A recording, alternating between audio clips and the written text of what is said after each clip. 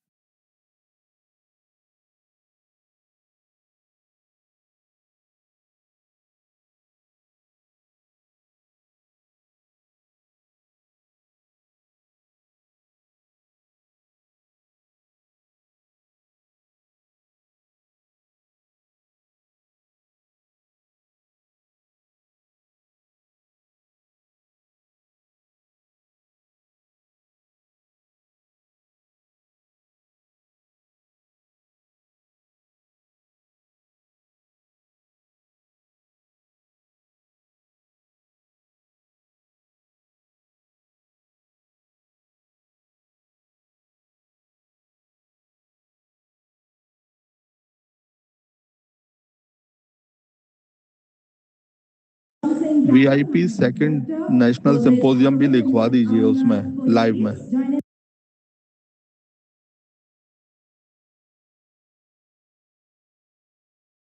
VIP second national symposium भी लिखवा दीजिए उसमें लाइव में।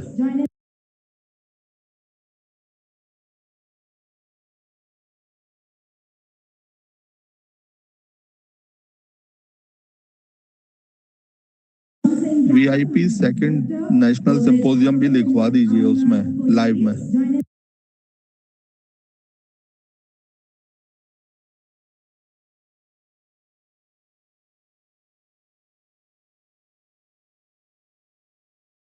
VIP सेकंड नेशनल सिंपोजियम भी लिखवा दीजिए उसमें लाइव में। यहाँ आउटपुट में कुछ प्रॉब्लम है, वो सॉर्ट आउट कर रहे हैं उसको। आउटपुट में ऑडियो में, वीडियो तो सही आ रहा है, ऑडियो में कुछ दिक्कत है, वो कर रहे हैं। हो गया है, थोड़ा बहुत रह गया है। VIP सेकंड नेशनल सिंपोजियम भी लिखवा दीजिए उसमें लाइव में। यहाँ आउटपुट में कुछ प्रॉब्लम है, वो सॉर्ट आउट कर रहे हैं उसको। आउटपुट में ऑडियो में, वीडियो तो सही आ रहा है, ऑडियो में कुछ दिक्कत है, वो कर रहे हैं। हो गया है, थोड़ा बहुत रह गया है। VIP सेकंड नेशनल सिंपोजियम भी लिखवा दीजिए उसमें लाइव में। यहाँ आउटपुट में कुछ प्रॉब्लम है, वो सॉर्ट आउट कर रहे हैं उसको। आउटपुट में ऑडियो में, वीडियो तो सही आ रहा है, ऑडियो में कुछ दिक्कत है, वो कर रहे हैं। हो गया है, थोड़ा बहुत रह गया है। VIP सेकंड नेशनल सिंपोजियम भी लिखवा दीजिए उसमें लाइव में। यहाँ आउटपुट में कुछ प्रॉब्लम है, वो सॉर्ट आउट कर रहे हैं। यहाँ आउटपुट में ऑडियो में, वीडियो तो सही आ रहा है, ऑडियो में कुछ दिक्कत है, वो कर रहे हैं। हो गया है, थोड़ा बहुत रह गया है। VIP सेकंड नेशनल सिंपोजियम भी लिखवा दीजिए उसमें लाइव में।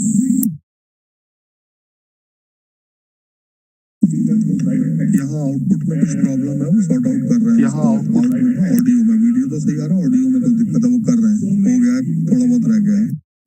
VIP सेकंड नेशनल सिंपोजियम भी लिखवा दीजिए उसमें लाइव में।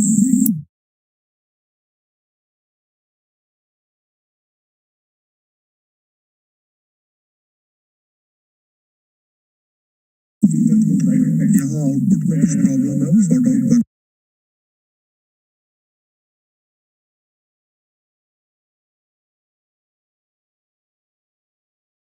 do in a group or your action, we keep it as a neutral.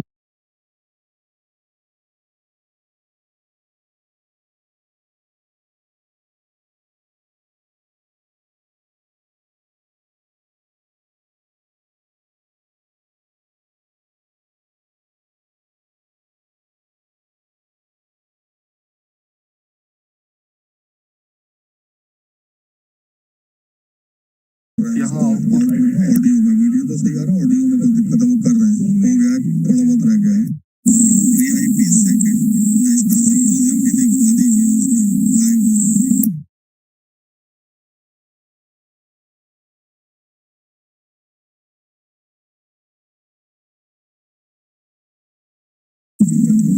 यहाँ आउटपुट में कुछ प्रॉब्लम है, वो सॉर्ट आउट कर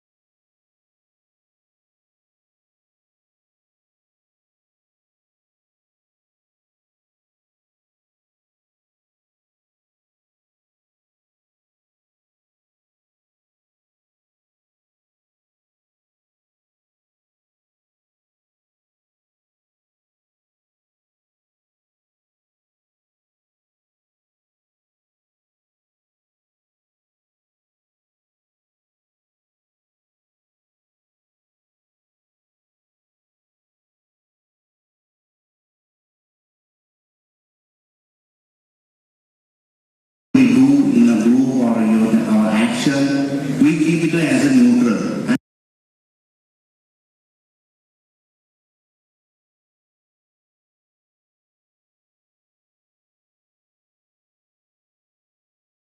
We do in a group or your action, we keep it as a neutral.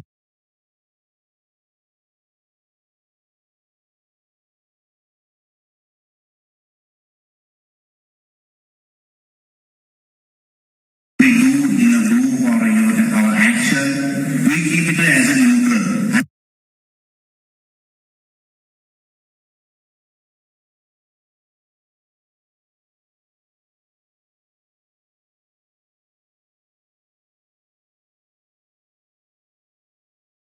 We do in a group or your action, we keep it as a neutral.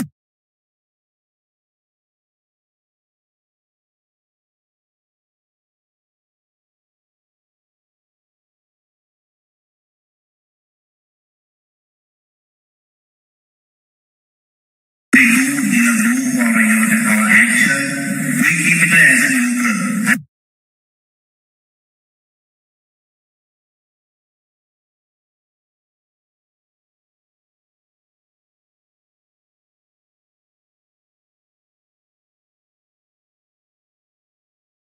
We do in a group or your action, we keep it as a neutral.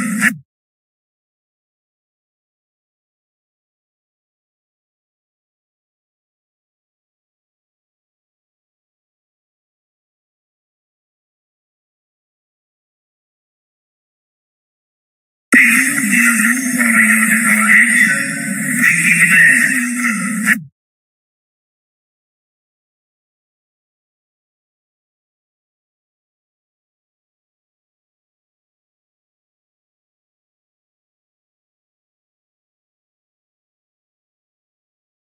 We do in a group or your action, we keep it as a neutral.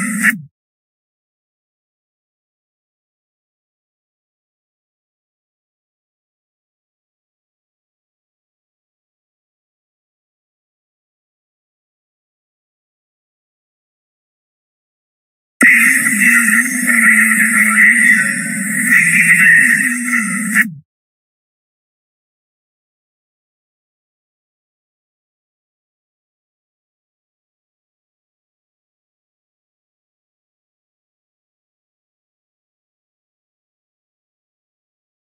We do in a group or your action, we keep it as a neutral.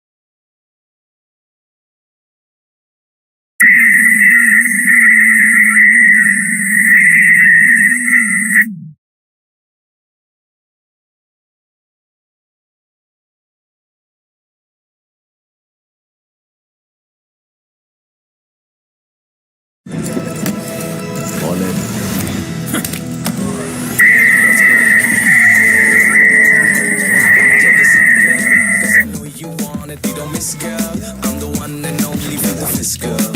Just one. The one, the only. Take a sip, girl. Happy Fizz. Feel the fizz.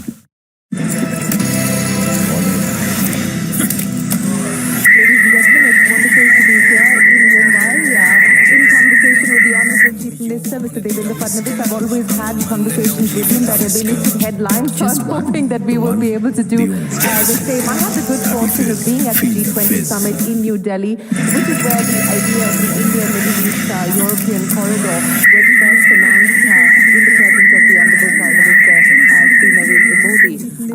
A lot has changed since the G20 summit. We are currently in a state of flux and volatility globally, where there is a global reset that is currently underway. But the hope is and the belief is that what needs to be started as a game-changing idea will be a reality with all parties on board, with all stakeholders on board, ensuring that it does in fact fructify. But to talk about Maharashtra's aspirations of being the gateway to the India-European corridor, let me address that question with you, Mr. Fadnavis.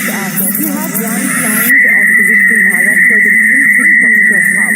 It's been called the gateway to India, but as part of the IMEC, how do you position yourself? What do you factor in as some of the things that you could potentially do to your current plans to identify the future that is India? Yeah, thank you.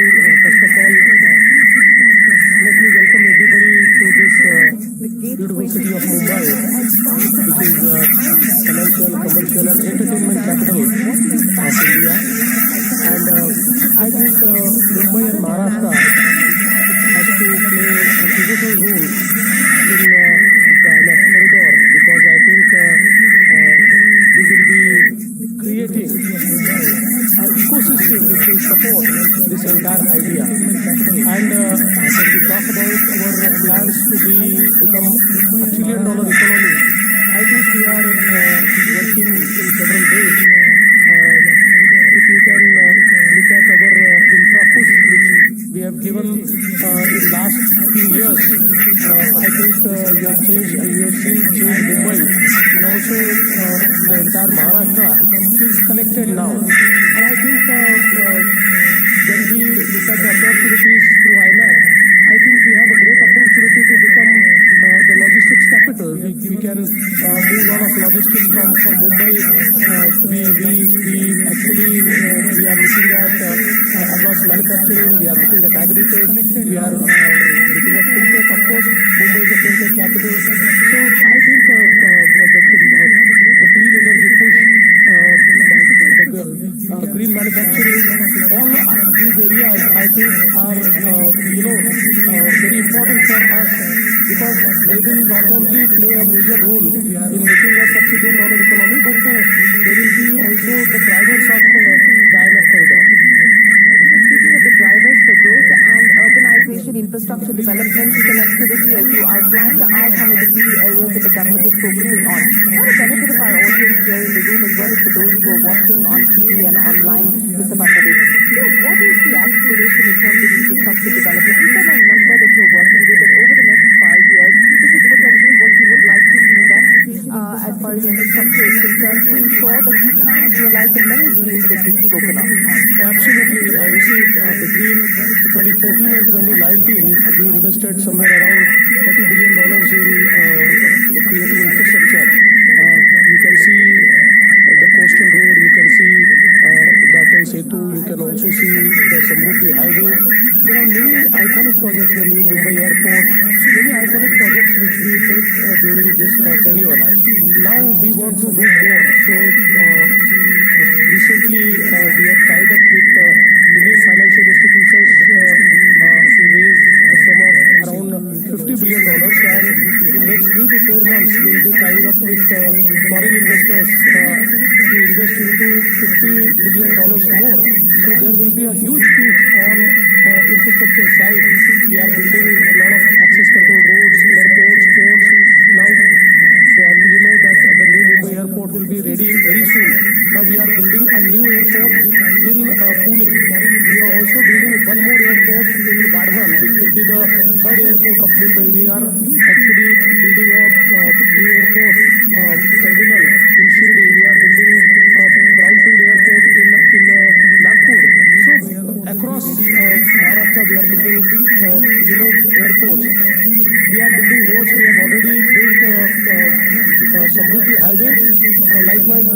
building one more highway, which is Shaktipit Highway. This will connect Nagpur. It will be from Nagpur to Goa, and it will actually connect the entire, that area of Maharashtra, which is up till now a little backward, to all the major centers of business, and this will actually transform our economy. And we are also actually building a lot of river connecting projects, connectivity projects. So actually, if you look at Marathwada area, which is water stressed, in that area now we are building a river linkage project by which we will be bringing 50 TMC water, the water which flows from west flowing rivers, which directly flows into the sea. That entire water will be brought to Marathwada and will make Marathwada drought free. Again, one more project which we are doing is more about urban floods. So we usually every year we have a lot of floods in the area of Kolhapur and Sangli. This entire water we are bringing through diversion canals to Ujni and to Marathwada. So there are huge projects around water. There are huge projects around infrastructure, roads, ports, airports. Again, you know that we are building Vadvan, which is Vadvan is a game changer port. And you see today the biggest port of India is the JNPT port. It accounts for 60 to 65% of the container traffic. And this Vadvan port is 3 times bigger than JNPT. And actually on its day one it will be amongst first 10 ports of world. So this port is going to change the entire way we conduct the business. And we are also integrating entire Maharashtra with this port, because with the Samruddhi highway we have actually brought 15 our districts connected to the JNPT port. So the port-led development is now actually expanding beyond Mumbai, Pune or Nasik to 15 new destinations. And now from Samruddhi we are creating an access control road which is just 100 kilometers to this new Vadvan port. So from Nasik to Vadvan a new road will be created, and that will actually connect at least 17 districts to Vadvan port, and that will make this port-led development expand to 17 districts of Maharashtra.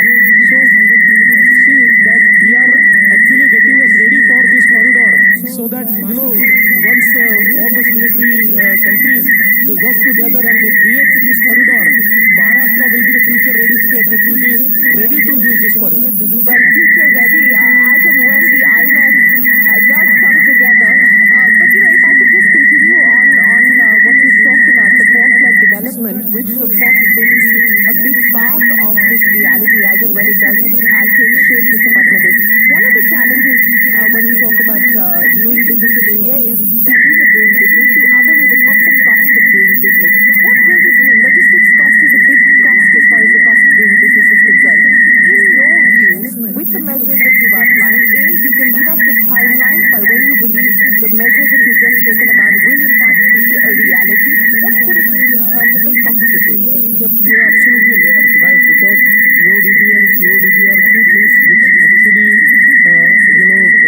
keeps you ahead, and we have been working on it for a long time. I mean, if you look at ease of doing business initiatives taken by the state of Maharashtra during my first tenure, I think even the World Bank has recognized it, and the government of Singapore, which published one of its publication around ease of doing business in India, and they have put Maharashtra at number 1 in 2019. So I think that has always been our focus of achieving seamless business in the entire business arena. Now we have also created a legislation around that, our Maitri portal, which is one-stop shop for all businesses to do the business seamlessly. So we actually have created a single window system by which anybody can access it, and this real single window, because I always say that many times there is a single window when you enter, there are several doors which you have to knock. This is not like that. This is a real single window whereby actually end to end all things are connected, and we give the services totally from scratch to everything we are giving under this Maitri portal. Having said that, I think you are absolutely right that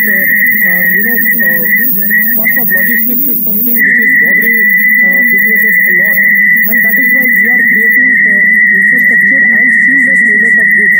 See, now if you look at the movement of goods, or if you look at the JNPT port, from let's say Nagpur, it used to take 7 to 8 days for goods to reach JNPT port. Now it takes 8 hours. So with this, our connectivity push, once the Vadhavan is ready, and as per timelines, I think in next 3 to 4 years we'll start the operations of Vadhavan. And once Vadhavan is ready, I think that will have huge impact on logistics, because today JNPT port is so jammed because it's the only big port which is handling on this side, and turnaround time, although it's a very efficient port, but still turnaround time is high. But once Vadhavan is there, then I think the turnaround time will be very less, and that will actually lessen the logistics cost. I think around that, if you look at the Pune airport which we are actually creating, this is not just an airport, but it's also we are creating a huge cargo handling facility at Pune, because Pune is our manufacturing hub, and the entire manufacturing is done in and around Pune. So we are actually doing a cargo hub there. Our cargo hub will also be one cargo hub will be created in Nagpur. We are already we are doing it, and our new business magnet is now Sambhajinagar, where the entire EV revolution has translated into action in Sambhajinagar. So you name it, and they are there in EV, and they are also actually the connectivity to the Vadhavan port and the connectivity to the JNPT port is just 7 to 8 hours because of Samruddhi and because of the new corridor which we are creating. So I think a lot of things which we are doing will be adding up to lowering the logistics cost. And when we started creating this Vadhavan port, I actually appealed to Honorable Prime Minister, and I requested him that we are creating a port, we are actually doing a lot of reclamation there. So around the world, most of the efficient airports are reclaimed airports. So why should we build a new airport at Vadhavan? And he immediately agreed, and we are now also building one airport. So you see, a port and an airport together, that will create a huge ecosystem for businesses, and especially those who are into import and export, all those manufacturing which require a lot of export or a lot of import of the components. They will have an entire ecosystem created there for the manufacturing.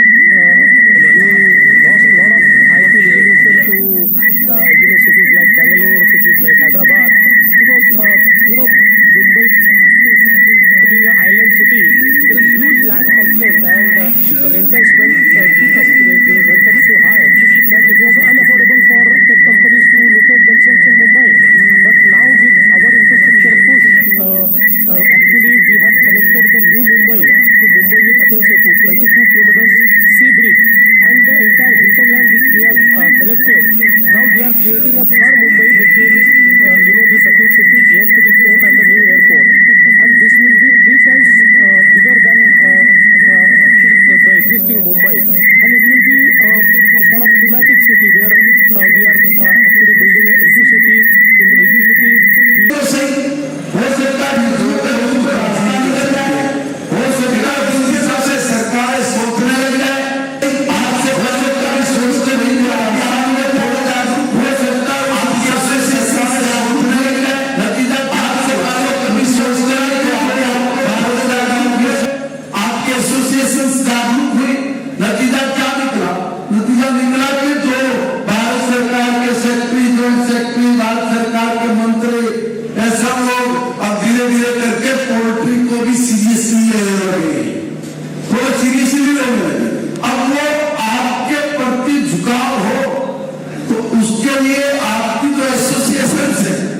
सारी association एकजुट होकर अगर जाए तो निश्चित तौर से सरकारों को भी सोचना पड़ेगा।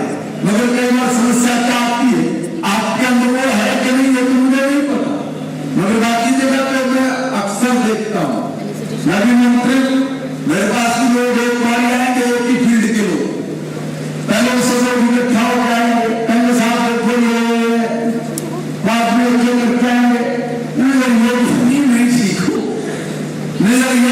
मैं ठीक हूँ, तो हमें भी समझ में आ जाता है कि सब अपना अपना लालच में अपने अपने उसके लिए चिंता कर रहे हैं, अपने अपने ग्रुप्स को अपने अपने समूह की चिंता कर रहे हैं, अपने अपने प्रोडक्ट है उनको बेचने के लिए सब प्रोपेगेंडा करते हैं।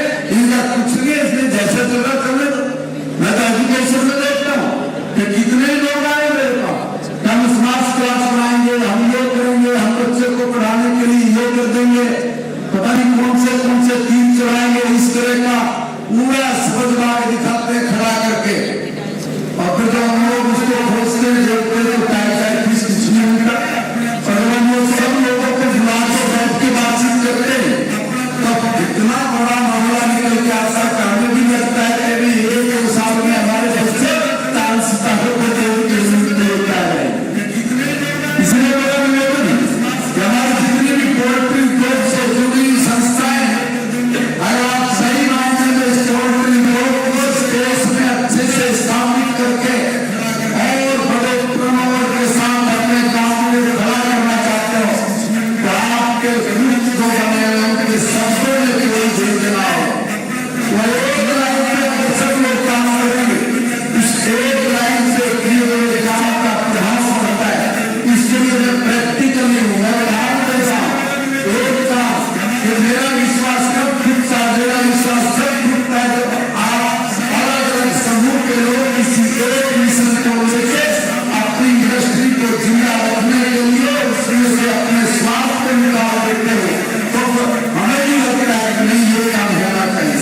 और जहाँ भी स्वार्थ हो जाता है वहाँ फिर सबके मामले होते टूटे हो जाते हैं। इसलिए वो भी जीवन जाए जीत जाए अपने इमारत से पीछे हट जाए कोई बड़ी बात नहीं।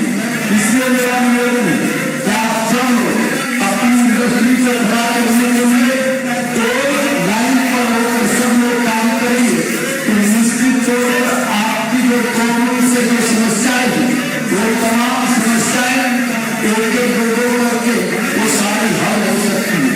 भारत सरकार से आपको किस तरह की समस्याएं उनका समाधान चाहिए, स्टेट गवर्नमेंट पे क्या क्या आपको सारी उसका समाधान कैसे चाहिए, इसलिए दोनों तरह की समस्याओं को लिखना और लिखकर धीरे धीरे प्रयास करना कि हमारी ये समस्या समाप्त हो सके। इस पर आप अगर पूरे टीम वर्क के रूप में अगर काम करेंगे तो आपको उद्योग के लिए जो है कुछ अच्छा करने में और आप कुछ अच्छा करने भी लगे, उसके लिए भी आपको बधाई देता हूँ। आपका शुभकामनाएं आपकी क्लास में एक इंडस्ट्री को देश के नक्शे से पोल्ट्री भी एक उद्योग है और उसके लिए भारत की सरकार, स्टेट की सरकार धीरे धीरे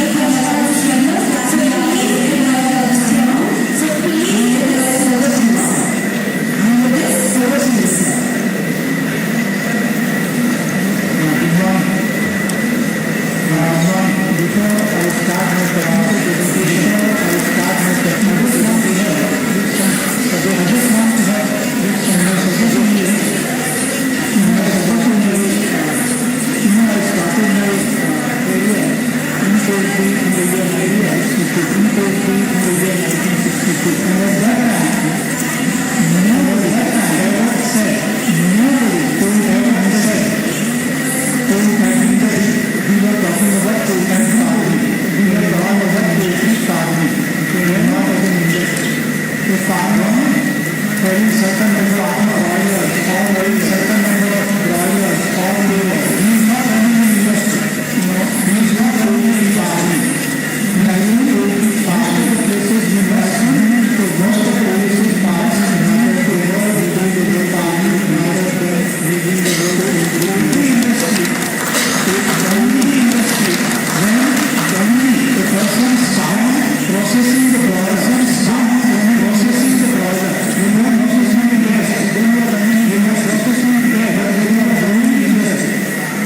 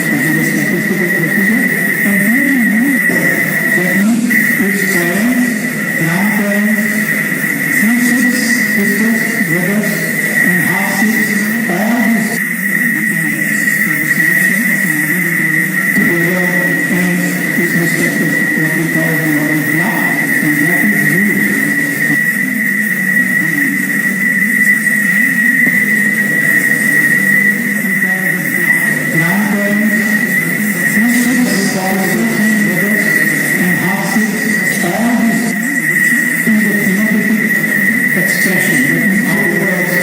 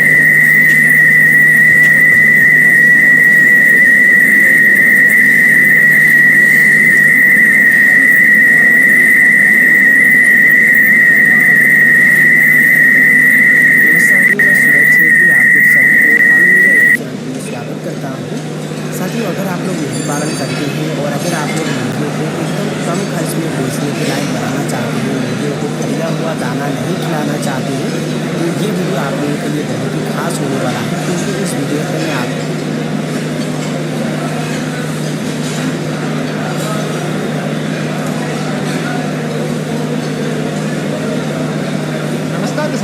स्वागत है आप सभी को एक और नए वीडियो पे। दोस्तों, आज के इस वीडियो में हम लोग बात करने वाले हैं मुर्गियों में होने वाली फॉलपॉक्स बीमारी और उसके इलाज के बारे में। दोस्तों, ये जो फॉलपॉक्स बीमारी है, ये तो साल भर में कभी भी मुर्गियों में देखा जा सकता है, लेकिन ज़्यादातर ये बीमारी गर्मी के दिनों में ही मुर्गियों में फैलता है। इस बीमारी की वजह से फार्म में 1 से लेकर 5% तक मॉर्टेलिटी देखा जाता है। यानी अगर आपके पास 100 मुर्गी है तो 1 से लेकर 5 मुर्गी का मॉर्टेलिटी हो सकता है। अगर देखा जाए अन्य बीमारी के मुकाबले तो इस बीमारी में मॉर्टेलिटी बहुत ही कम देखा जाता है, लेकिन इसमें नुकसान काफ़ी ज़्यादा होता है। यानी अगर आपके फ्लॉक में यानी मुर्गियों में फॉलपॉक्स बीमारी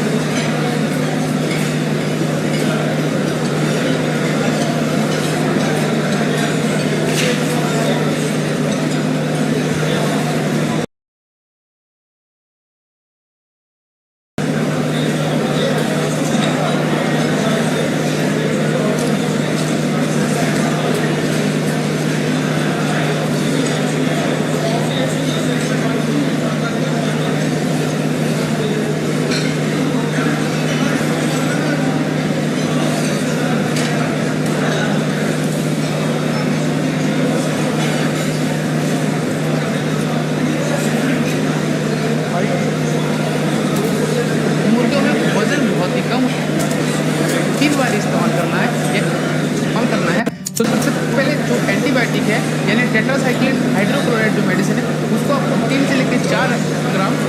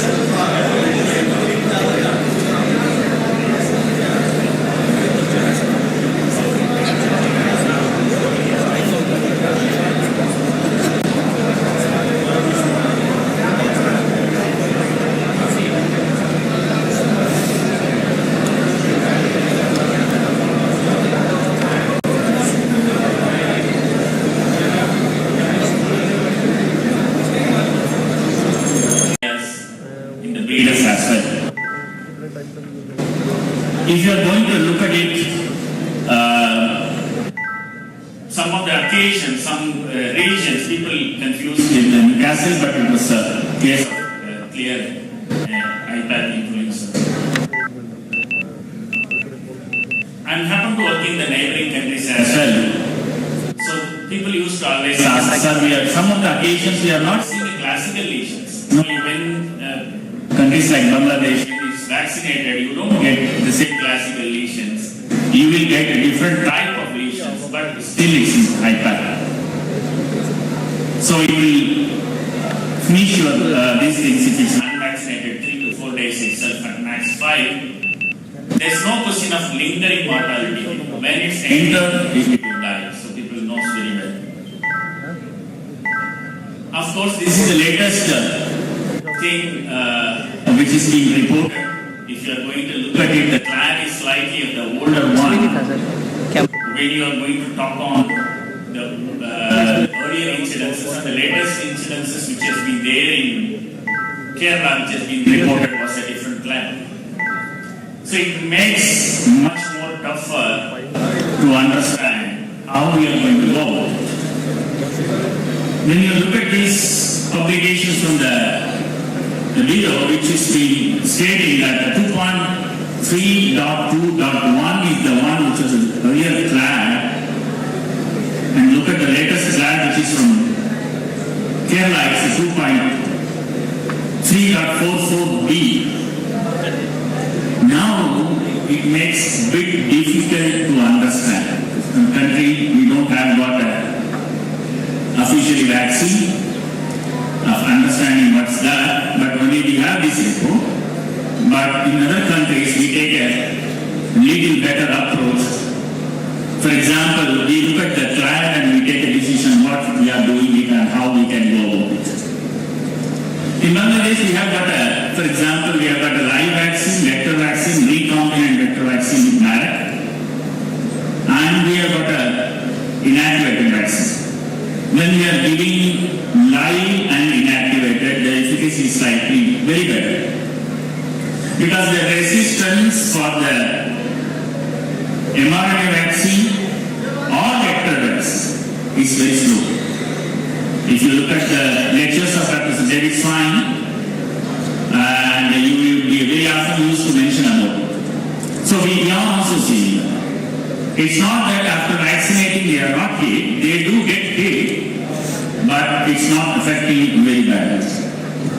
But if you are going to look at these base flags, what's there in the end, based upon that resultant seed viruses, that's a classification.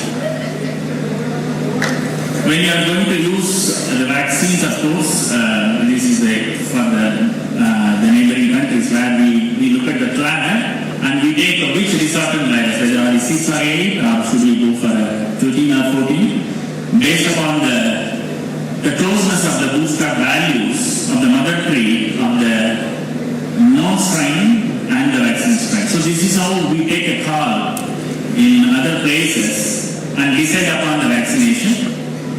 When we are doing so, we are getting excellent results in terms of protection. It's not that you are not getting infection, but you do get infection, but you don't get higher mortality when you are using the right resultant virus for the base plan. When coming to the low-path influenza, low-path influenza, we don't talk a clade here, but we talk a sublineage here. So what's available in India, and this year we have seen unprecedented amount of H9 as well. That's why in my initial speech I was mentioning, this year it's going to be very tough. Why? Because you have got a high path as well as low path as well. It's not that only one, it's two. Here when you are going to look at the question arises, sir, we have a lot of vaccines in the market. How to choose? Which one works better?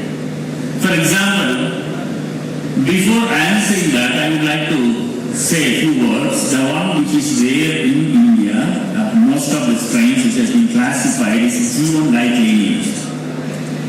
It's a quite Hong Kong strain of the clade which is there, which is got the G1-like lineage. So there are three major groups here, but one what is called as a G1 like this one. And there is another papers which is been published on the sequences which have been there.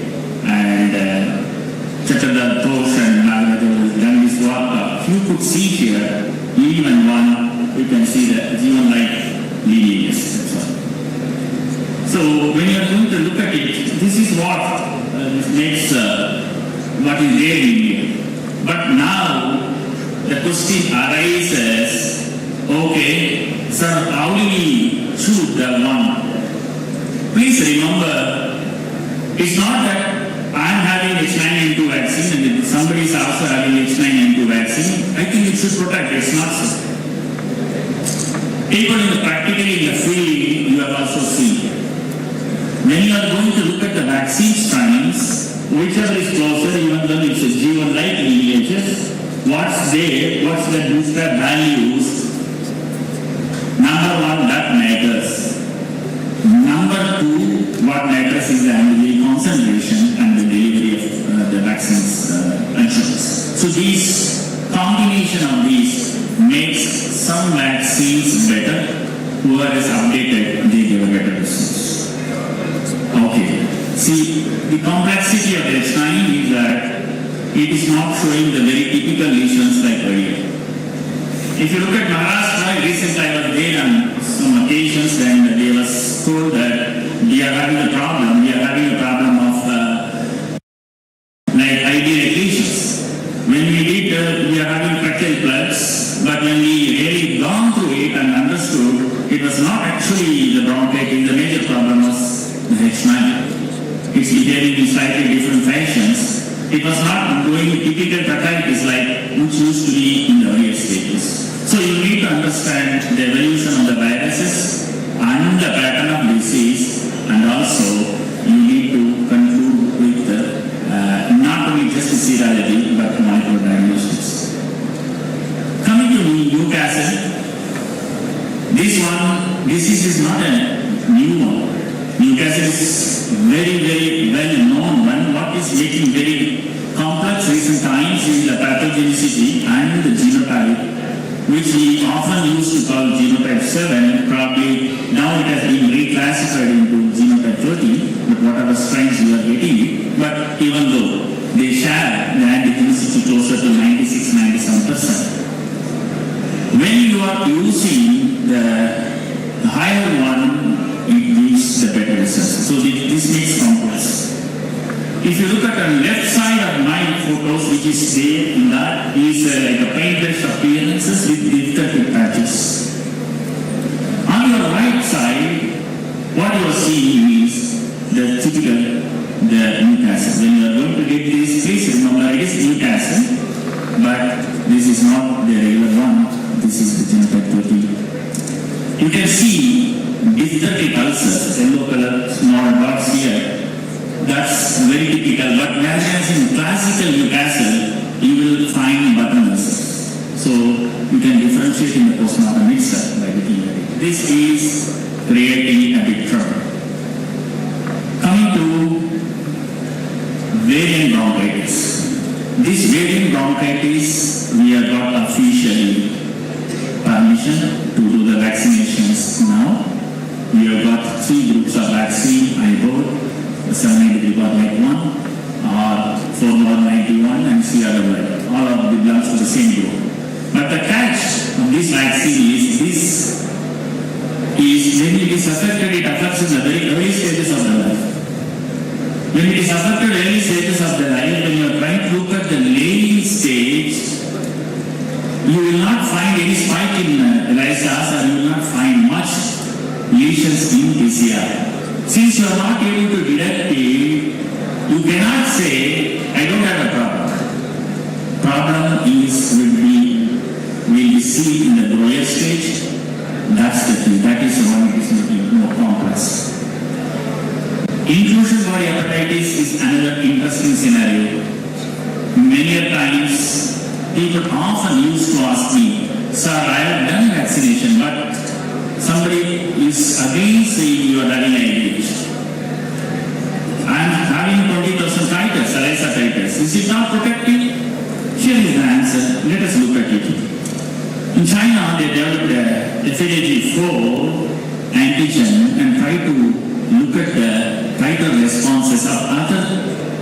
FADs. Look at these, it's a group specific and there is a serotype specific. Please look at the values, it is so variable. It's all are FAD or Fowlerino, but look at it, it's so variable. So just by one titer of one particular serotype does not cross protect other type. This is what the classical example. You can see FAD 8B, we are finding very high percentages. So A is having slow lesser one, but 8B is complicating more. Another one, we are having interesting cross protection studies. Sometimes when people used to say, when titers of ND is good, I have less problem with H9. It's true. Please look at this paper. When he is doing vaccine for H9, he is having good cross protection for nucleic acid. Because both are atomics on paramyxovirus, they share very close antigenicity, they do cross protect. This is a challenge study on that one of this particular thing. Now, interactions between diseases. H9 and this nucleic acid are very closely having connections. Sometimes people do vaccines because of it occupying the sites. But what happens when you are going to give you a stronger one like Lesotho? Mortality exacerbates. You can see when we are given Lesotho strains, they form higher amount of trouble. Now coming to the co-infections, sometimes it's difficult. In this case, please look at it. It's H9 and the nucleic acid. When it is combined, it's very, very difficult to differentiate. Only the molecular diagnostics will give you some clue where you are heading and what's that you can do for it. So, coming to emerging diseases, I would put it chicken anemia and the metapneumovirus is in the top list. Chicken anemia, people know reasonably well. I will take only one slide of that. You find quite high amount of these things. Earlier, people realize it. I think some of them have problem, but in recent times, I'm finding most of the broiler breeders and commercial layers are showing very not only seropositivity, but also molecular rise in PCR read capacity on that one. Coming to ANPD.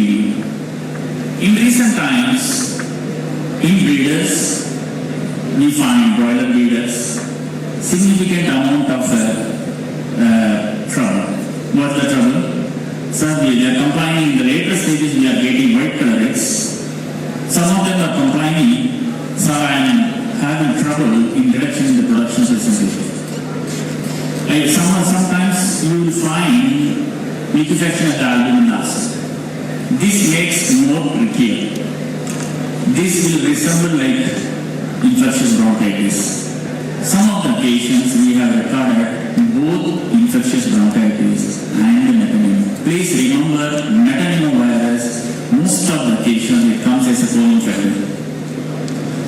You cannot say, sir, it is looking like the liquefaction of the albumin is there. 200% you cannot say it's only bronchitis. Especially when in some of the forms when I investigated, when everything was right, only respiratory troubles used to be there. And the fan side, especially in the later part of the, not the pad side, fan side, when the ammonia is pulling out, we will find higher amounts of respiratory trouble will stop. Because where there is ammonia, for metapneumovirus, ammonia is a major critical. When it stops, later when it spreads, it shows slight drop in production. For internal quantity, very moderately it will change, but significantly the white color of the pair eggs will appear. So this is a case of metapneumovirus. Of course, in Bangladesh and all we have the vaccines for the eye inactivated. So we do very efficiently, we are able to control it. Okay, sometimes we do find topical as well. When there is a vaccinations, we find better research on this one. I shared recently also have been approved by India and we are getting it. If you are asking, is it a real challenge, sir? Are only CR conversions are better? No. Increased evidences are shown. It's not only the CR conversion, it's not only presence of positive in PCR, but when we are doing the vaccinations, we are seeing our experience in the neighboring countries, it has given very significantly the good results. You have to remember this CAV and IPH and all is very immunosuppressive, it's a vicious trap. Unless you are not going to control one, you will sometimes find trouble in again and again the expressions of another one. Suppose if the CAV is not properly controlled, even after many times doing proper vaccination of IPH, chicks will exhibit IPH lesions. When you subject those chicks to CAV by sometimes simple, not necessarily molecular diagnostics, they will having linked processes. When you are going to take the packed cell volume, you know PCB values, it will be somewhere between 28 to 20, less than 30. Normally values should be around 36. So you can very easily identify by simple technology of the regular this blood test packed cell volume. Okay. Precision diagnostics, it's a very upcoming field. It's not that going to do a lesion scoring or you are not going to do cut work on the box. In the coming days, people will be talking on the biomarkers, cold-rate receptors, and gut health, the proteins, Zoll proteins and proteins. So when you are going to transdermal tests, these kind of things you will be able to do that. And in the real-time biodiagnostics, you will be able to do it through HAFA filters. These filters are there in the air, you will capture the organisms and you will be able to predict the analogy for saying that, okay, you are going to have this problem. Virus going to strike you in so many soldiers. So these technologies are coming. Of course, last part of my presentation, if you are going to look at it, HTA, many people have spoken, and you can see here, even the US has given the temporary approval of that. In the coming days, as I mentioned, in the other countries, when we are using that, we find definitely good results. IIT is the one very well documented, lot of publications are there, and reports are there in India, but still, vaccines are there. I think both of this require attention of the government of India. With that, I conclude my presentation. Thank you so much. Thank you so much, sir. Everybody, I believe they receive and they deserve a huge round of applause. Please, everyone, louder. I can understand that post-launch presentations are hard to attend, but they have put their heart and hard work into their presentations, and they are here with us today. Thank you so much, sir. And can I invite Dr. Jeevan? Sir, can we have you on the dais to conclude the session? And sir, please be with us for a few more minutes. We have a small token appreciation as well. Thank you very much, sir, once again for a very knowledgeable presentation. As disease is a very complex topic and it cannot be discussed in 20 to 25 minutes, but you have done a great justice to the topic with very crisp and clear information with your vast experience. You have explained disease scenario with examples from within India and neighboring countries. You have mentioned current status of LPI, HPI, IND, IB, along with prevailing genotype or serotypes, and along with three post-mortem pictures. Is what makes your presentation very unique, and I am sure no book will cover these practical insights. You also touch upon emerging diseases like CAV, metanovirus, and I am sure this information will be useful for all of us today. You also touch upon the topic of vaccine approval, and I am sure associations like VIP and other like-minded associations will keep this in mind. Thank you so much. Thank you so much. So, to present a small token of appreciation, may I invite on stage Dr. B.A. Pawar and Dr. Shatan Singh Rathore, and we have both of them on the dais to present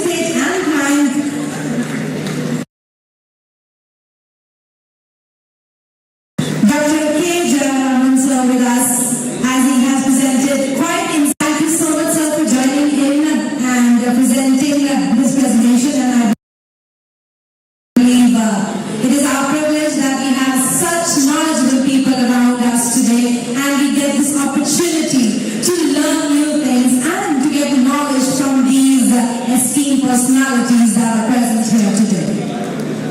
Please everyone, put your hands together. Let's show some energy.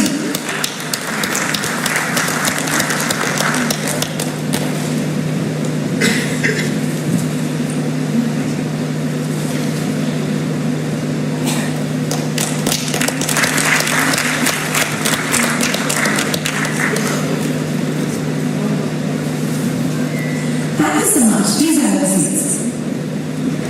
So moving forward, let's invite our next speaker for the day, and the topic is going to be Empowering Poultry Sector Vision 2047. And this will be conducted by Dr. S.K. Datta, Joint Commissioner AH, Department of Animal Husbandry and Dairy, Ministry of Fisheries, Animal Husbandry and Dairy, Government of India, New Delhi. With the usual applause, everyone, let's welcome Dr. S.K. Datta. Usual applause. Everyone, let's show some energy back into the room. Like the very first in the morning, we have enough energy, so I'm expecting everybody post-lunch to revive yourself. Let's refuel ourselves, and give a huge applause to every person who is here with us and giving their precious time here today. With this, over to you, sir. Thank you very much. So again, I am here with this. I feel always comfortable to be with these poultry sectors, because you know this not only from the government of India. Now I am with the Joint Commissioner, but I am dealing with this poultry issue so many of times, and all these esteems, these industry giants and professors, scientists, and amongst us, it's very, I feel very shame that I am speaking, I am standing in front of you for speaking something else on the government's activities. So this topic is empowering this poultry industry, poultry sector in 2047. I think since morning we have been listening all speakers. Already context has been set, and we have listened our Madam Secretary and Minister, Honorable Minister. So I think everybody already we have understood that what we need to do in future in the poultry sector. So it is indeed this government is working towards this vision 2047. One vision is up to 2030 what we need to do, and 2047 what we need to do. So you know this is 1990 onward, I can say, thanks to these poultry legend industries and commercial sectors has stood up with their own food, with the help of this genetic improvement and all these things. But this, as Madam already said, that government, without the government help, this industry is standing. There's a lot of ups and downs. We have seen how this poultry sector, this poultry market was suffering in the wake of the avian influenza and later on this corona outbreak. So, as a government, we have done something little, very little help with this sector, but we have not denied the sector anywhere. Government is not denied the sector anywhere. Now this already we have a separate ministry, and we have also some kind of policy decision we are taking. The government has now understand this poultry sector is such a sector that can import this lot of this entire rural sector.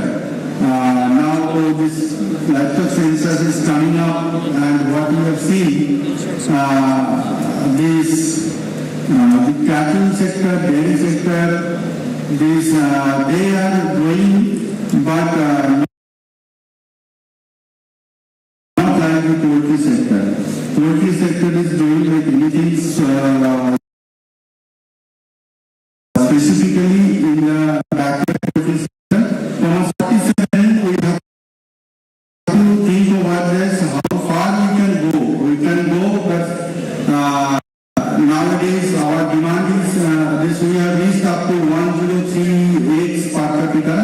188 is concerned, but we have to reach 188 as per the recommendation.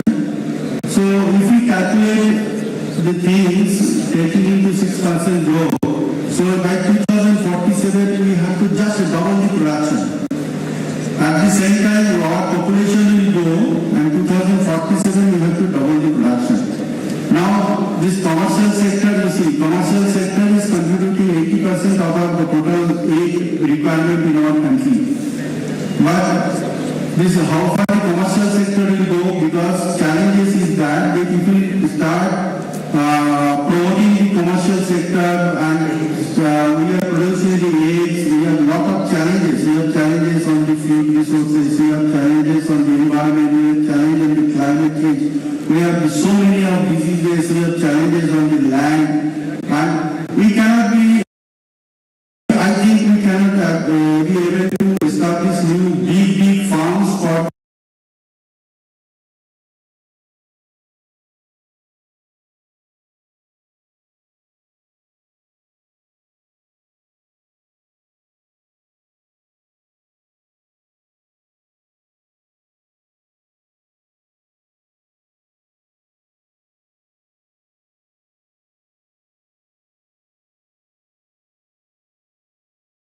total egg product produced. But now these year statistics says that this from backyard sector only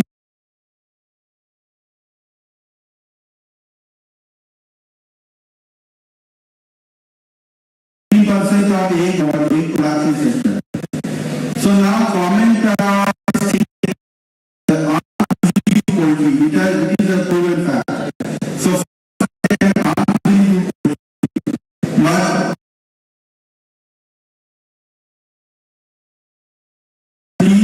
mainly through the egg production, and of course the broiler production is a one-time affair, and this cash crop is the broiler, but egg production it is a sustainable growth. On the egg production, but this is our analysis and start the so far stakeholder consultation we have made. Now issue is that the bar we are maintaining. Of course, the commercial sector, they are high producing bar, but that bar, the common poor farmers, they cannot maintain this kind of bar in their state backward sector. So then we need a climate resilient, environment friendly bar. So that benefits will be to develop. So poultry sector.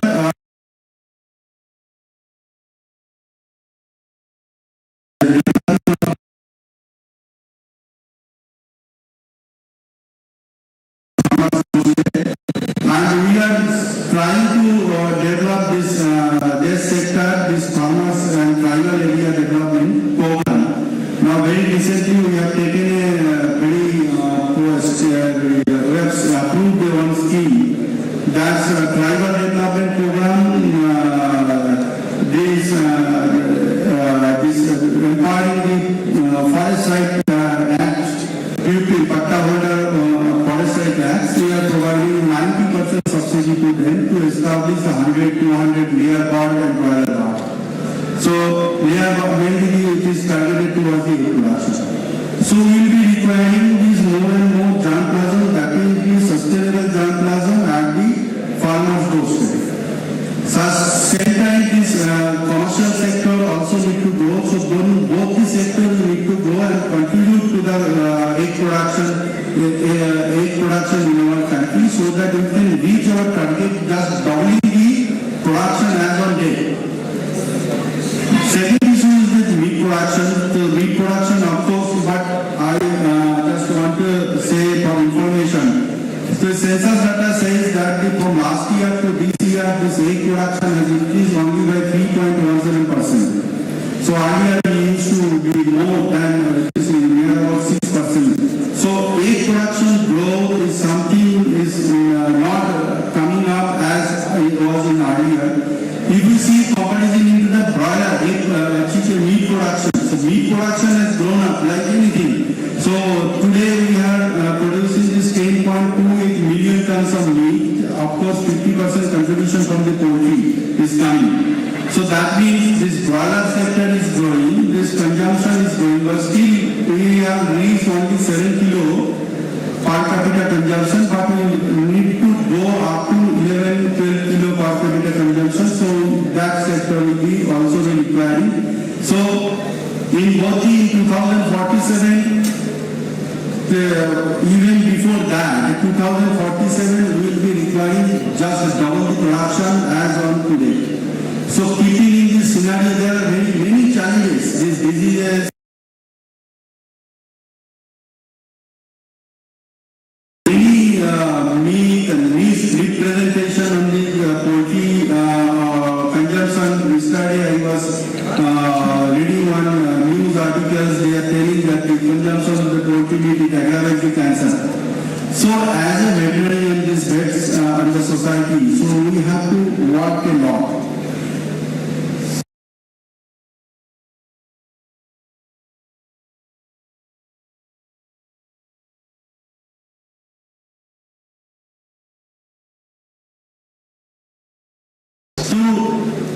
Tell you frankly, except this, so all this needs to be countered by the technical people like us.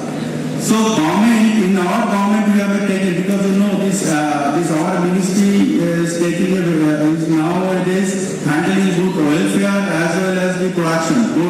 Both this side we have to balance. So every week, every 15 days we have a Twitter handle. So we are promoting egg, but we cannot promote meat because we are getting a lot of setback from the meat. Once we have done the promotion of the meat, so that is huge implication. But we promote this egg through our Twitter handle, department Twitter. What is the benefit of the egg? What is the nutrient value of the egg? So I think we are the technocrats and we are the scientists and we know the scientific background. I think people should know how the poultry is developed. People doesn't know. So David yesterday one lady came to me, they are saying that you have to take cage-free bird. So then I started asking, are you telling cage-free bird or free-range bird? Do you know how poultry is built? What is the system of production? You know, have you seen the poultry farm? They have trained the farmers saying that this is the cage-free bird, that is they are promoting the avian system. So it's a huge cost. So they are saying it is cage-free bird, free-range bird. So then I started arguing, if you are telling the free-range bird, then you are telling the light in front of the court, in front of the people also. Free range is different, cage-free is different. So if you do not have any knowledge on this poultry production system, so you are misguiding the common people. So these things we need to promote so that the people may know this egg we are consuming that is safe for the human being, that gives this much of protein. So these things as a technical person, as a society, promoter of the poultry industry, we need to give this production. Second issue is coming, that sustainability. So 2047 we have to double the production and we have to supply the food, nutrition. Then what is the sustainability? Do you think poultry sector will be sustained in 2047? So Honorable Minister said that the maize production has gone 3 times. So are we getting maize at the 15 rupees, 20 rupees per kilo maize? So we have to be sustainable. For that alternative feeding system we have to develop and we have to work on that sustainable production system. So now this European Union is trying to push this welfare standard on the poultry. So I went to this Japan for animal welfare focal point training. So what is their welfare standards? Very nicely they are promoting. See, this is how the things is modulating in our country. This international body, they are recognizing animal welfare. They are linking animal welfare with the safe food and disease control. But here, this animal welfare is taking as a different way. So they are telling that if you downsize this stock, suppose in America, in 1 square meter, they are placing the bar for 7 to 8 kilo production. So they are saying they are worried about the stocking density. Because if you go on increasing the stocking, obviously if you want to produce more, then you have to increase the stocking density. And everything will come, this disease will come, and the welfare issue will come, meat quality will come, everything is scientifically proven. They are concerned about the stocking density. So for sustainability, good production, everything we have to take care because consumer demand is different. Consumer, they doesn't want this मुर्गी जिंदा आज की दिन में broiler industry क्या कर रहा है, मुर्गी को पाल रहा है, बड़ा कर रहा है और लाइव बर्ड लेके मार्केट में छोड़ दो. So rampant wet market is going on. So industry need to think how the processing part can be enhanced this in our poultry sector. This will give you 2 benefits. One is we will be exporting the products. Consumer will feel safe to consume the poultry products. So for that, Government of India has already taken up these various schemes are coming. Balram Jadhav ji has mentioned this Animal Husbandry Infrastructure Development Fund, and we have included, though it is not big thing, 26 processing slaughtering plant has come up. And out of 26 processing slaughtering plant, 4-5 big slaughtering plants for the poultry processing has been funded under the Animal Husbandry Infrastructure Plan. And we are funding for the environmentally controlled poultry houses. Lot of applications we are approving, environmentally controlled poultry houses. And it's a huge cost, big cost from large ponds, breeder ponds are coming, environmentally controlled poultry house farmings, and take this benefit of the animal husbandry infrastructure who have not taken. I think most of the poultry sector is hardly any company left who has not taken the benefit of the animal husbandry infrastructure development fund. So, animal feed plant has been established. Now we are thinking about the regulation of the animal feed plant. So that guideline is under preparation and BIS is developing the various standards. So at the same time, we have to be very much cautious about this. When we increase the production, the sustainability of the sector, from where the raw material is coming, and how we meet these challenges. That is the big issue on the before the government.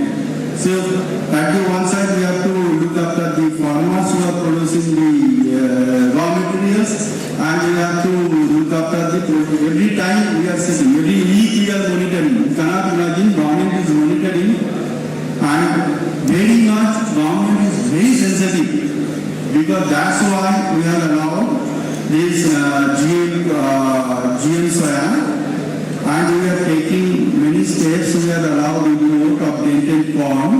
Of course, it is non-GMO corn. We have allowed import that Tier 2 quota. We have been open. That is been open, and it is thanks to the government policy that the soya prices is constant for the last 2 years. Though we know these farmers are suffering. Farmers are not getting price because there are many representation issues are coming.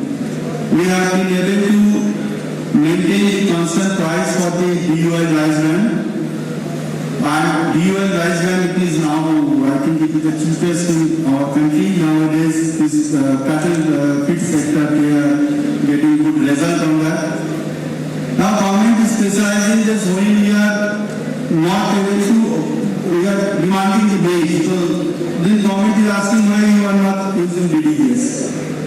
We have been able to convince government this whatever we are producing DDGS, that is not being consumed by the poultry sector because there are maybe technical issues. If you have produced good quality, then you will consume it. Now this thing is that slowly government is trying to increase the production. There is maize production, And but if you go rapidly, suppose 6% growth, if you see in future, then there will be obvious there will be a competition between the human food and the animal food. So in 2047, we have all to see. Government is not alone. Government is working on the inputs of your sector. Because without the poultry sector, private sector inputs, government cannot take any policy decision on the poultry.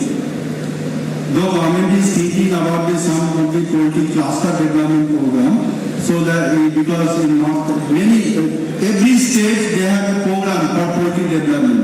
Now the competition is coming. There has to come. There is a competition between among the states. UP has given a very good policy decision. They are providing many subsidies for the poultry development. Bihar is taking, West Bengal has taken. West Bengal has gone up to second place in egg production.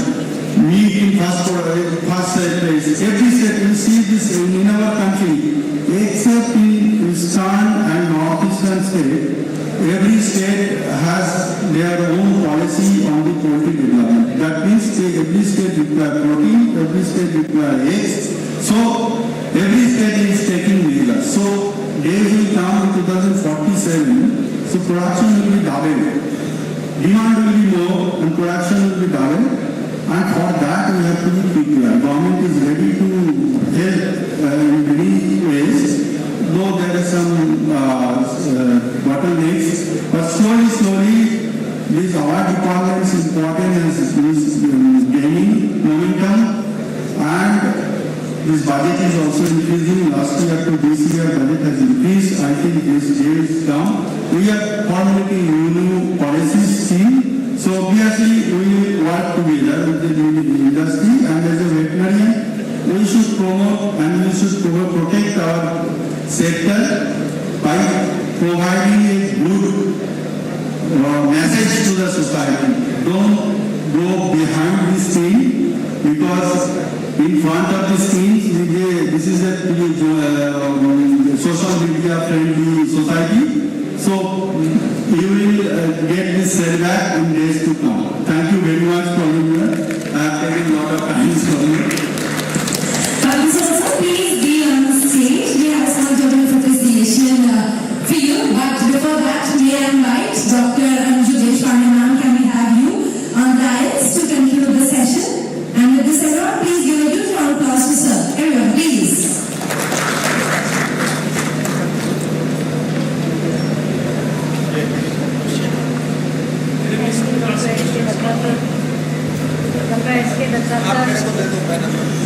Dr. S.K. Datta sir, being attached to the poultry world for decades, having a great experience, and he knows the complexities of poultry market. He knows what poultry farmers and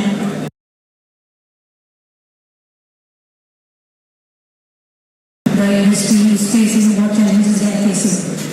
And he has guided us in a very crisp manner, saying that we should promote our product, which is for all of us, which is poultry, whether it is eggs or whether it is chicken. Also, he has shown us the vision for 2047 that we have to double the production of egg, and for meat, we have to chicken, we have to go from 7 kg per capita to 11 kg per capita. While doing so, the challenges of misinformation and misinterpretation. So we also need your help. We know that AHG have all the social media handles, and if you can also help us in mitigating the misinformation, that will help small farmers also, because suddenly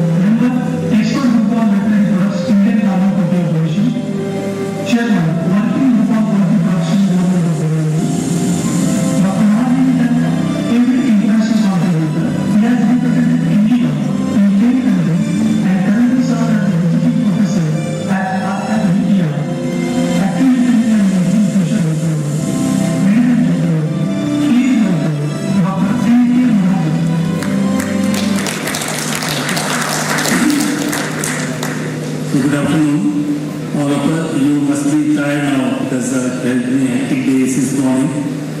So I must thank Gडकर Poultry Association for this whole symposium and for inviting me for this symposium.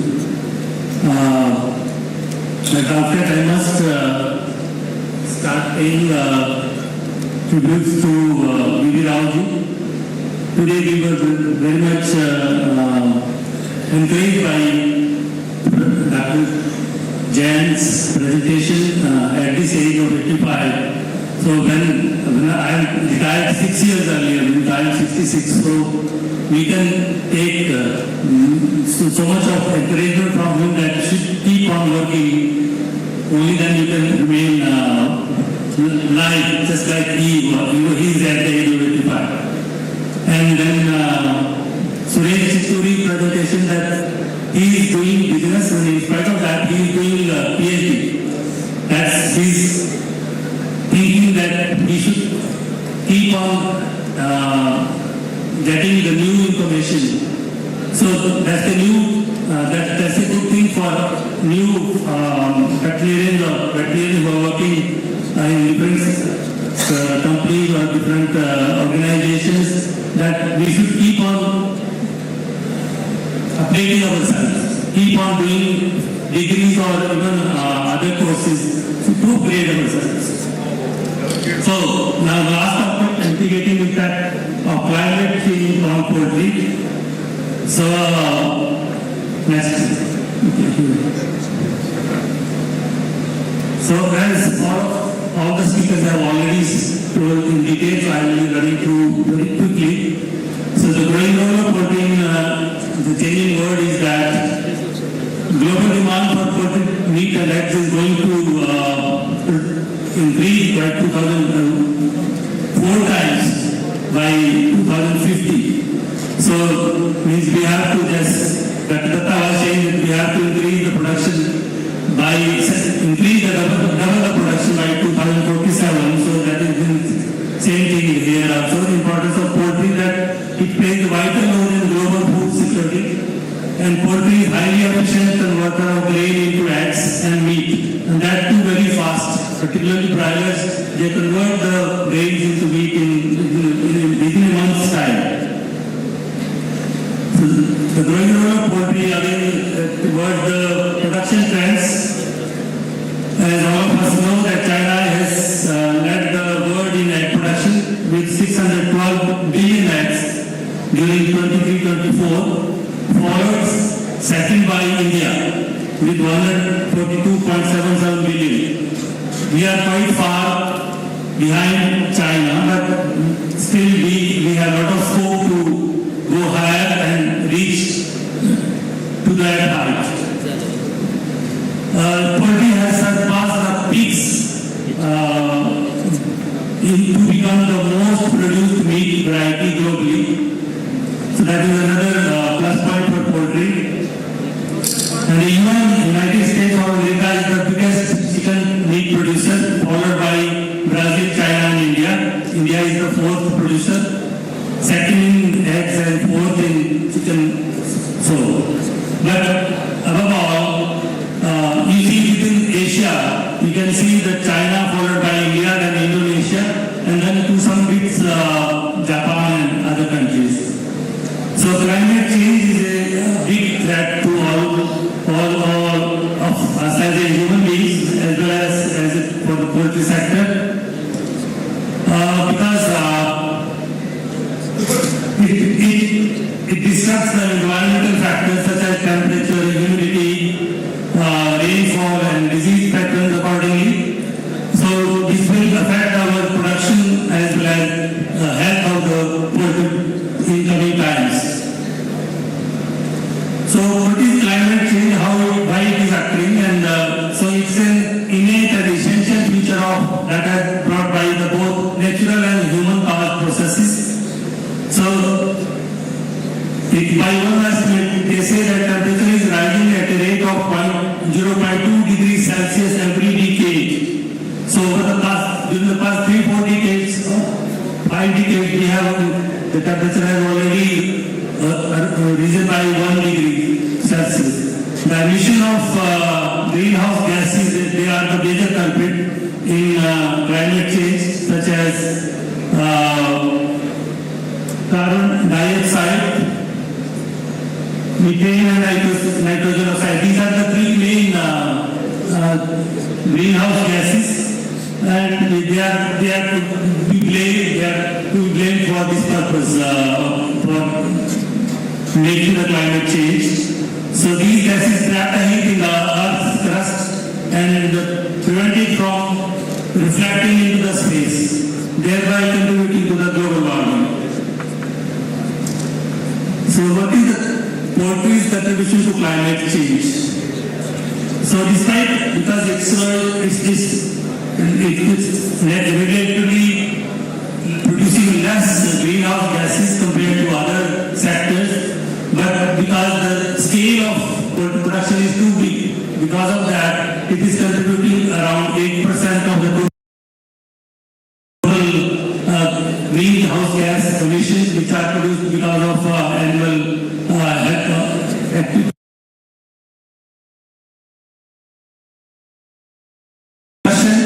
Manure management and energy consumption. So these are the three major areas in poultry production which are leading to the cause of greenhouse gas emissions.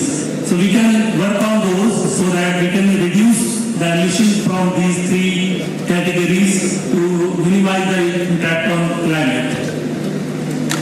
So as I told you, that feed production. So the use of fertilizer, land use changes for growing crops, and the transportation of feed ingredients they are a significant contributor, and 57% they are contributing in greenhouse gas emissions. Energy use, because poultry farms rely heavily on electricity for essential activities, like we have now environmental controlled houses. So for that,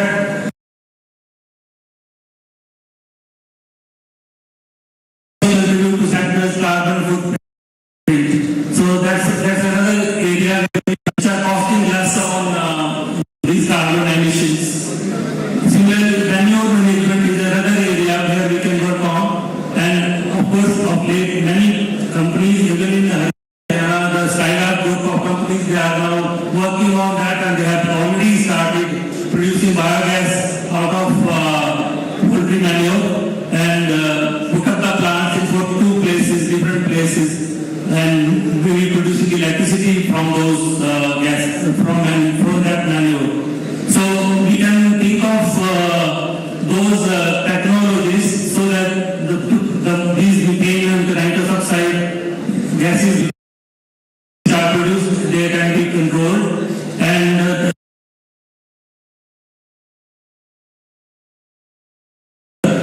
particularly in the laying farms, need to be discouraged, and we should go for dry manure, which has many advantages because it is easier to transport and than liquid manure, and dry manure system also requires less of the water for raising the poultry. So then what is the impact of this climate change on poultry farming? So this is bothering all of us, because in coming years, we will have to work on these points and then find out technologies to minimize the impact on poultry production. So slight changes, we know that in today's poultry, even slight change in temperature, the birds are very sensitive to change in the temperature. So in the last 2 months, like April and May, in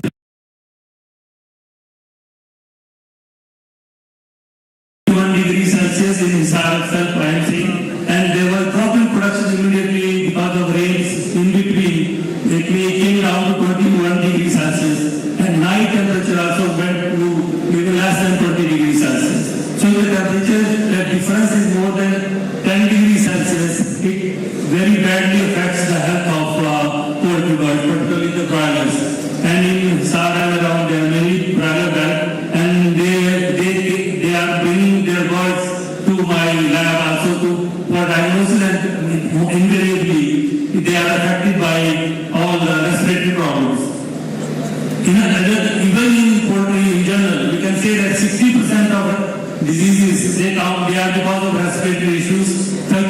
are because of GI tract, and rest 10% are other developmental issues.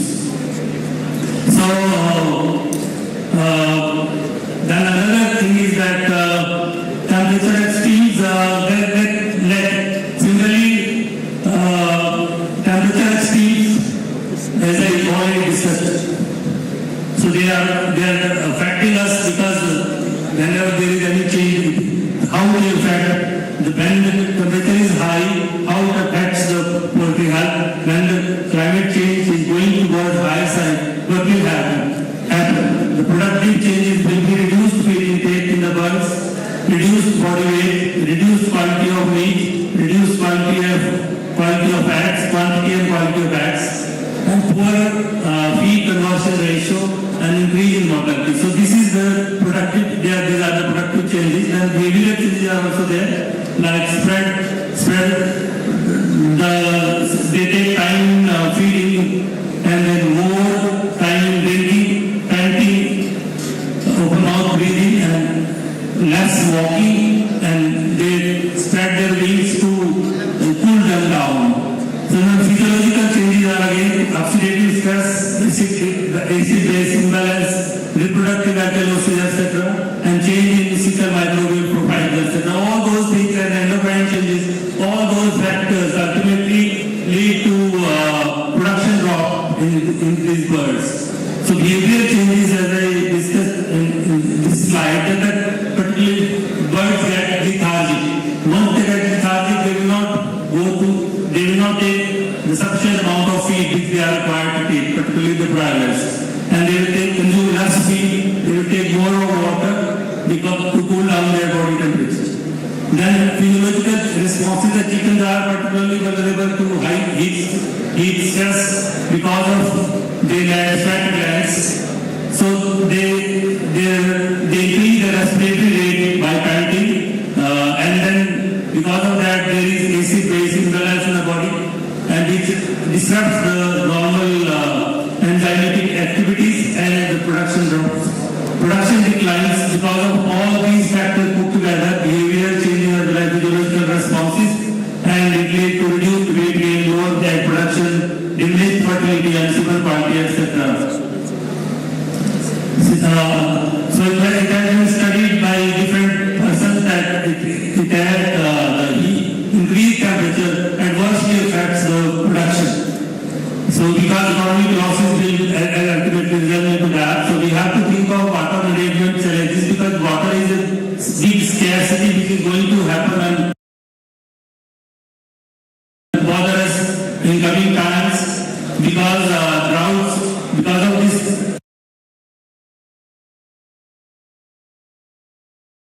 trouble, and we are already fighting, like in Haryana and Punjab, feud is going because Punjab is not releasing the water which is required for even for drinking purpose in Haryana. So a lot of troubles are going on. Similarly in Haryana, India and Pakistan also, we have stopped their water. So these type of issues we can think of that in future. Most of the wars may be fought because of water. Water is going to be a very important resource for which we have to depend as a human being, as well as our poultry and other animals. So in the upcoming time, livestock including poultry, crops and non-agricultural uses will compete increasingly for this limited water supply. As a result, more effective poultry production system will be required. So these are some of the changes which means the birds are affected to heat stress. It also weakens their immune system, and changing climatic pattern. They are shifting the migratory route of the birds which are coming from different countries into our country during winters. So along with that, they bring the infection, various diseases like avian influenza and Newcastle disease from those countries. So because of their changing routes, they are going to spread the disease in those different routes also. And spread of vector-borne disease is going to rise because of increase in temperature and humidity. So from biosecurity challenges that because of environmental pressure, the risk of farm biosecurity outbreaks also increase. So we have to involve year-round visitor control, disinfection and restricted access to sensitive areas, regular monitoring for wildlife population, early warning system including environmental sensors and rapid disease testing protocols, as Mr. Suresh Chituri has very nicely presented during the day, that we have to go for with the help of artificial intelligence in putting these sensors and production technologies. Implementing One Health approach, this is the one important area on which all the three international organizations are also working, FAO, WHO and OIE, that we have to animal and human and environment, all those persons need to work together so that to avoid zoonotic infection as well as to control the biodegradation or climatic change. Evolving vaccination strategy for emerging threats is that various new and emerging strains of avian influenza are coming up, and as Dr. Jayagan has pointed out that avian influenza has caused a lot of mortality during this year as well as it has been happening every year in India, and that causing a lot of mortality to all of the persons who are dealing with the poultry sector, and because of that, not only birds are the poultry are at risk. Now this disease has been found to be transmitted to wild birds, to even domestic animals in cattle farms in many states of US. Because of that, now OIE has decided that they have decided to allow vaccination against avian influenza H5N1 and helicobacter avian influenza also, because they say that every country can decide about for vaccination depend by after discussing with the poultry sector, so that if the economic losses are more, they can always go for vaccination. So there is no restriction on behalf of World Health Animal Organization, World Health Organization Animal Health, OIE. So similarly, other diseases also require updated vaccine formulations. So we can think of, we can allow the vaccination, because in the morning also people have been saying that many vaccines which are illegal, they are coming in India, particularly from China. So those vaccines we are always at risk of using those vaccines, but we are using because there are no other alternative available to us. So the government of India allows these vaccines which are already allowed by many other countries like developed countries of US and the European countries, so we can immediately control these diseases. So strategic vaccination planning includes a wide period of extreme stress, immunity enhancers, and vaccine banks have to be ready. Every country has got vaccine banks for particularly the avian influenza. They keep reserve of these vaccines. Immediately whenever there is an outbreak of avian influenza, they will immediately start vaccinating the districts around those affected areas with vaccines, so that it doesn't invade into those areas. So mitigation and adaptation strategies for sustainable poultry farming, designing improvement, housing, utilizing renewable energy. That is very important, that we have to go for solar powered climate control system now, because solar energy is a renewable energy and there are no carbon dioxide footprints because of solar energy. So this is the one alternative on which we have to work, that solar energy should be utilized, because this technology has also improved. So that is a better option available to the poultry industry. On the roof of poultry shed, they can make use of these renewable solar power things. Reflecting roofing, that is one thing which we are doing. Then feeding strategies. This is important, that feeding during cooler parts of the day, such as early morning or evening, that is a better option. Health monitoring, regular health checks, that is important. Stocking density, reduce the stocking. Genetic selection is important, as Dr. Datta was also saying that climate resilient poultry strains are required, like NAC gene and the freezer gene. Similarly, we have to work on some other genetic factors like such as heat, stock, protein 7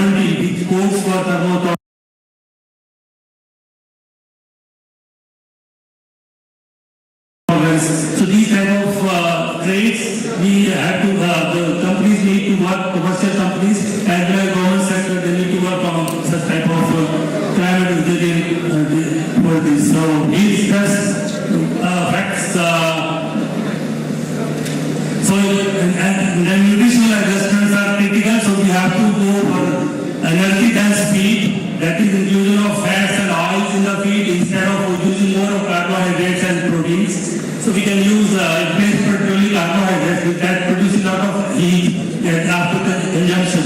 So we can go for oil adding to those particularly during hotter months of the year.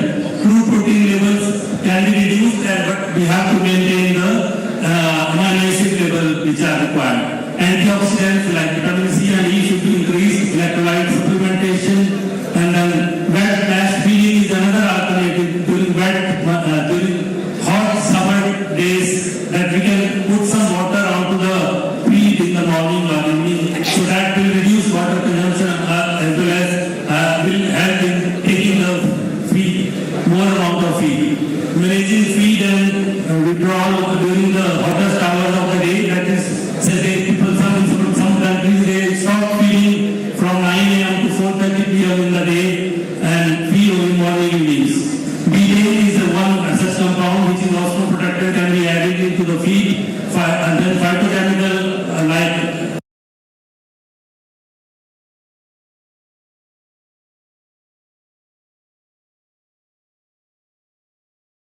resveratrol and curcumin, which is many things including the probiotics.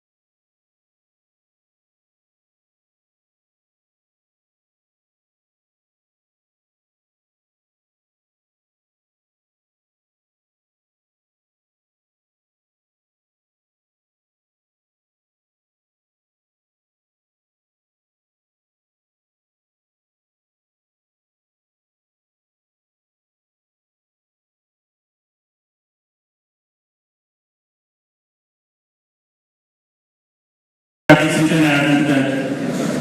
The latest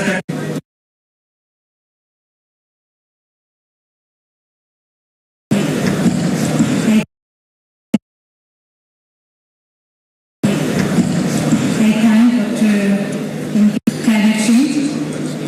He has covered everything from temperature rising every decade, poultry, endocrine system, how it affects the immunological system, how the immunity comes down, and not only that, he also gave a guideline about the feeding methods, nutritional aspect, and everything. So, a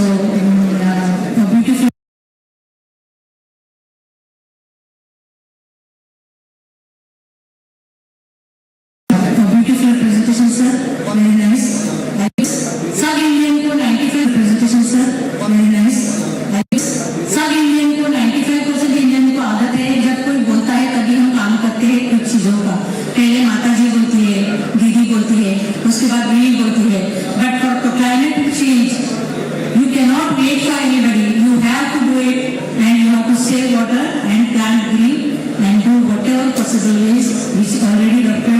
N.K. Mahajan has suggested how we can improve poultry and bring about the climate change. How can we face this challenge? Thank you, sir. Thank you so much, ma'am, for beautifully concluding the entire session. And sir, please be with us for let's say 30 seconds. And to facilitate and answer, can I invite Dr. Amar Pawar, Dr. Sushil Dhaliwal, and Dr. Rahul Kulkarni? Can we have all the three gentlemen on the dais to present a small token of appreciation as Dr. N.K. Mahajan has been spectacular with their presentation and provided quite insightful session. Thank you so much, sir, for joining in today here with us. It's a true honor that we have such esteemed speakers present here with us today.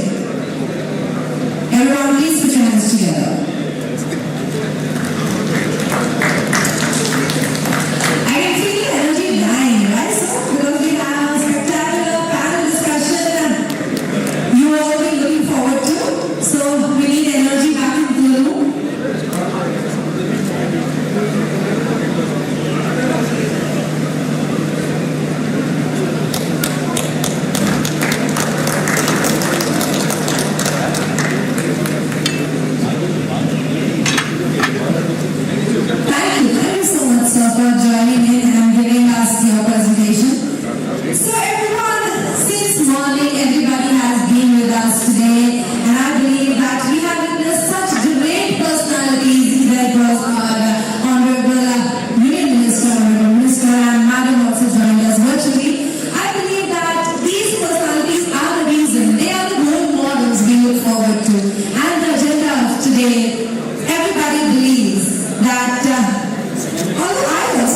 that today's event, what was the theme? Do you remember? I had repeated twice in the very beginning. What is the theme of today's event? Anyone can tell me what was the theme? Anyone? Do we have backbenchers here? They must remember that. What was the event theme, everyone? The Poultry Summit? That's a hint. There were 3 words.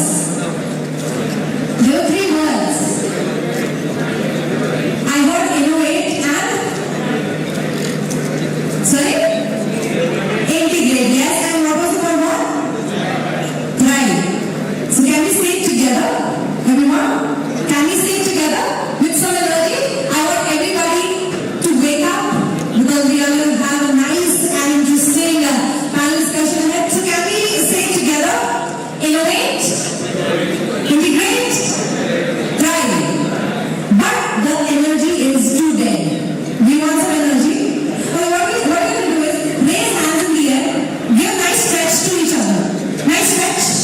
Both hands in the air. Everyone, both hands in the air. Give a nice stretch. Stretch to the fullest. Alright. Now that hands are in the air, hands are in the air, give yourself a huge round of applause. Clap. Clap, clap, clap. Louder.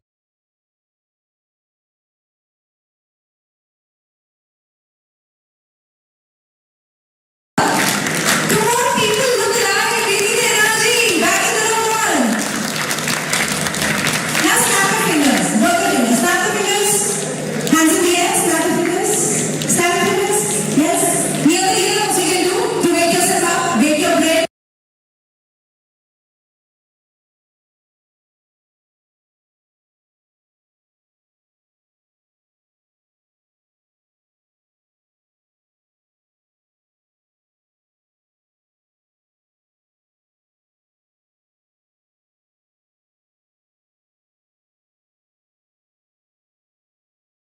I can understand it's been a long day, but let me tell you, by the evening it's going to be real fruitful, and we have a networking night that everybody must be looking forward to. So, everyone, now it's time for the panel discussion. The topic is going to be symbiotic relations between government and poultry sector. So, meanwhile, the stage is being set so that all our panelists can have a seat along with the moderator. I need everybody's attention. People who are at the back, you can come forward. We have enough space available here. You can come forward and sit because I can hear noises from outside that they are having a deal now. But the people who are here, you can come in the front. We have enough space for everybody here. As I mentioned, the topic is going to be symbiotic relations between government and poultry sector. And our moderator is going to be Professor Dr. P.K. Shukla, President, Indian Poultry Science Association, Chairman, Scientific Panel 13, FSSAL, ex-Dean, former Registrar, former Dean PGS, former Joint Commissioner, Poultry, Government of India, Head Department of Poultry Science, College of Veterinary Sciences and DUVASU, Mathur, that is in India. And with this, everyone, the stage is almost set. Let's invite our moderator, Professor Dr. P.A. Shukla, with a huge round of applause. I need some energy.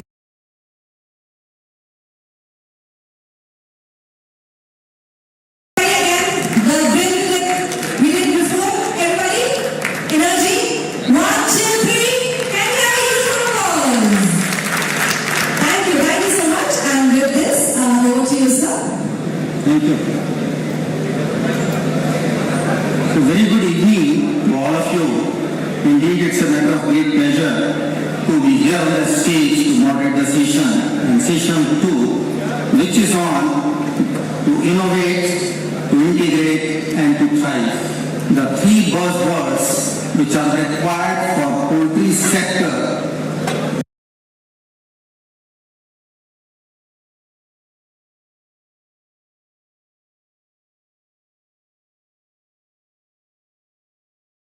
especially Indian poultry sector nowadays. The panel organized for this from VIP is really important in the sense it has a mix of the policymakers, the industries, the scientists, the veterinarians, and overall the media and the presence of bankers or financiers. So let me invite my panelists on the stage, Dr. S.K. Datta, who is Joint Commissioner, Animal Husbandry, Government of India and the Ministry of Fisheries, Animal Husbandry and Dairy. Dr. Kamna Balkataki, the Director, Central Poultry Development Organization, Northern Region, Chandigarh. Please come on the stage. Mr. Balisan Parmeshwaran, who is the Secretary of All India Poultry Products Exporters Association, please come on the stage. Dr. Ajay Deshpande, under whose command this very beautiful event is going on. He is also President, Vaccine Poultry, and also the founder and director, Siddhi Vinayak Poultry Breeding Farm and Hatcheries Private Limited, Pune. We have a very important person with us who from decades is in the poultry sector, continuously marching forward, taking us on the task and getting the targets done, hitting the targets, getting their own goals set, and then taking the entire poultry sector forward in the country. Mr. K.G. Anand, who is General Manager with Venkateshwara Hatchery Private Limited. Sir, please come on the stage, and we do have a media person with us. Mr. Nasir Hussain, can I see you?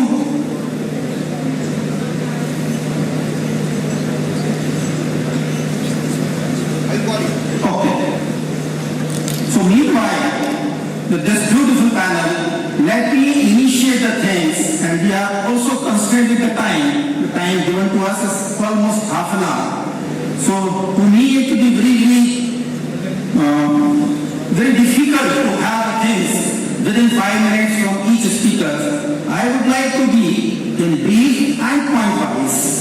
Ladies and gentlemen, this is very important to understand this Indian poultry sector. So before initiating our panel discussion, I would like to put up certain key points in front of the House. See, a poultry sector that has its own beginning soon after independence. In very first census, it says in 1950 we had a production of 2 billion eggs in this country.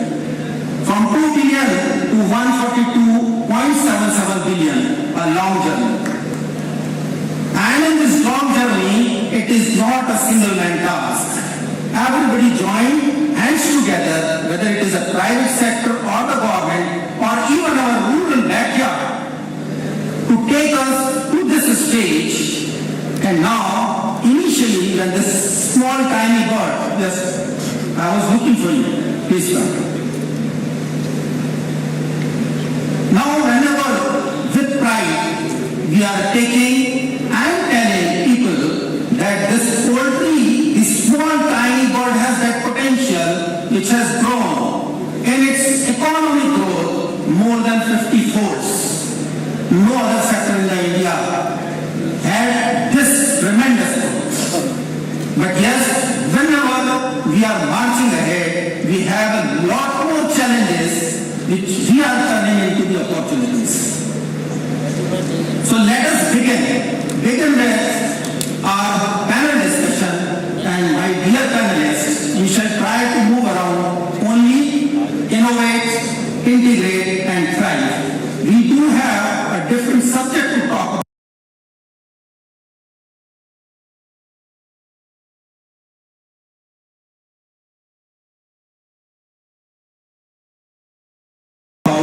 But definitely we'll go around these. So firstly, I am coming to you, Mr. K.G. Anandji, because since last so many years, you are there in the poultry sector, and right now since morning, we are listening to the made history. Now, there are very many factors that are governing not only its cultivation, but its uses also. And we humans are also competent nowadays. So how we can think about the maize in next 10 years in this country, what we need to innovate, what we need to integrate, and how we are going to thrive in this sector with the available maize production in our country. Mr. KJ. Very good evening to all of you. Thank you, Professor Shukla sir. As you have seen over the last almost 50 years, poultry has grown mostly in the private enterprise. It has grown mostly in the concentrated pockets, started with the southern states, Andhra and Telangana, maybe the Tamil Nadu, Punjab, Haryana, and probably a bit in Maharashtra. But now is the time when we see the poultry expanding to other regions, both commercial poultry as well as the backyard poultry. We have seen states, whether it's West Bengal, Odisha, UP, Bihar, Northeast, all are competing with each other for poultry to come into the states, because poultry is one sector that gives a lot of employment, plus also it converts the agriculture waste into nutritious product. Every state knows that by getting poultry into their state, they will be able to give better prices for the agriculture product. These protein rice is reference. So all the states are competing, and I feel in the years to come, the southern states probably will go at a lower pace, but the states in upper India will go at a much faster pace. I'm talking about the excess. I think that the industry in the upper India will go at normally 12 to 15% because of the incentives provided, and probably the southern states will still continue to go at 5%. Added to that, there is a regulation from the government that egg is the most nutritious product that can be given in the midday meal program. As I said, almost all the states have included eggs in midday meal, and they are also increasing in terms of number of eggs being served. So we find that whether it's Tamil Nadu or Andhra, probably Odisha or other states, all are providing eggs which is helping the poultry industry to grow in that states. Yes, earlier it was basically production-driven economy. The farmers were producing and marketing it and still it was viable. But now things have changed. I think it's very important in terms of the act theme for the seminar today in terms of innovate, then integrate and thrive. Because it's no more that farmer can give 150 grams of feed to produce 1 acre. He has to ensure that the optimum nutrient values are provided to the bird, and the feed consumption is the best possible to get the production that he aims at. So that's the reason I think innovation, especially in terms of feed, or in terms of animal husbandry practices, or in terms of housing, all are important. Because no more you can think in terms of a state like maybe states like UP and others, he can construct open sheds and wear borders. I think times have changed. We have looked at in terms of the climatic change, the temperatures that are rising, and have to plan for this houses to suit the weather conditions. So whether it's a question of structure, whether it's a question of animal practices, whether it's a field, everywhere there is great scope for innovation. I think our scientific community is already every year coming out with good solutions, and farmers have to use this to see that the cost of production per egg or cost of production per live kilo is the best possible. Only that they will be able to try. So the innovation by the scientific community, integration for the farmers in their farming practices, and that will help them to try in terms of future business. Because India is such a beautiful country, we'll have the big integrators also growing. We'll also have the small farmers who are efficient also be in the part and parcel of the industry. So they have to ensure that their productivity, efficacy, and standards surely both the small farmers and big farmers can survive. That's why innovation, integration, and flight is the essential of farming. Thank you. But just I would like to know from you that every time and again we say we have a shortage of meat. But by the time we are completing the year, we see that whatever we need, we have it. How we are going to explain this mystery? So if you look at in terms of the production, availability, and the use of the industry, the figures are still not very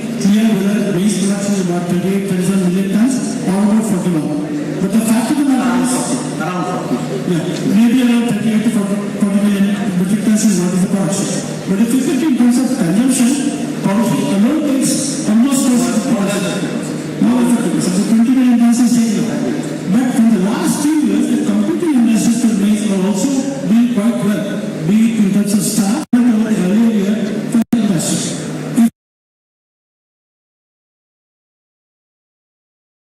Production and availability should be somewhere close to about 45 to 48 million metric tons. And if it is not available, what is likely to happen is maybe the layer segment, depends on the price, they will not be as efficient in terms of feed conversion as they should be.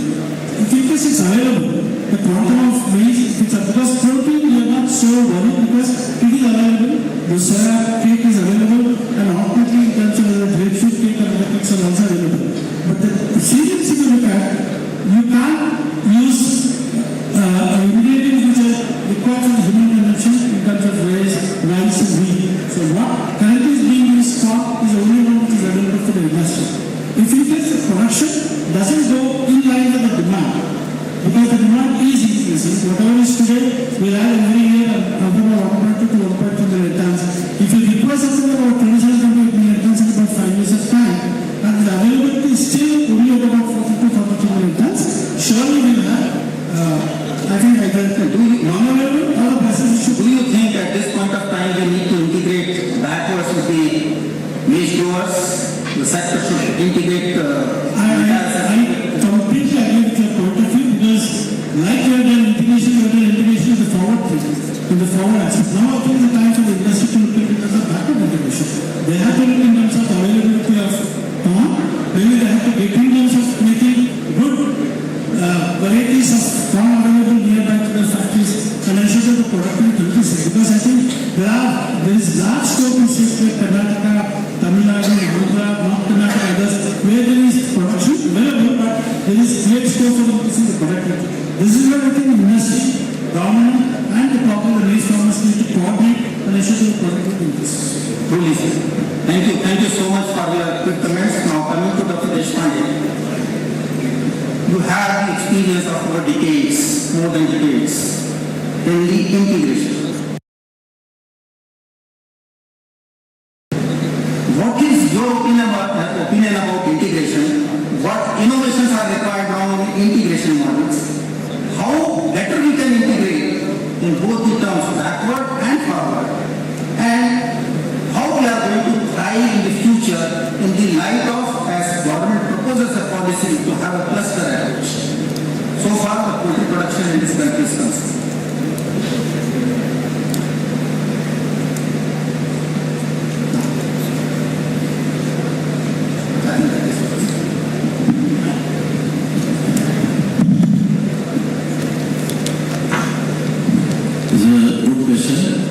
This broader integration model is successful, everybody knows.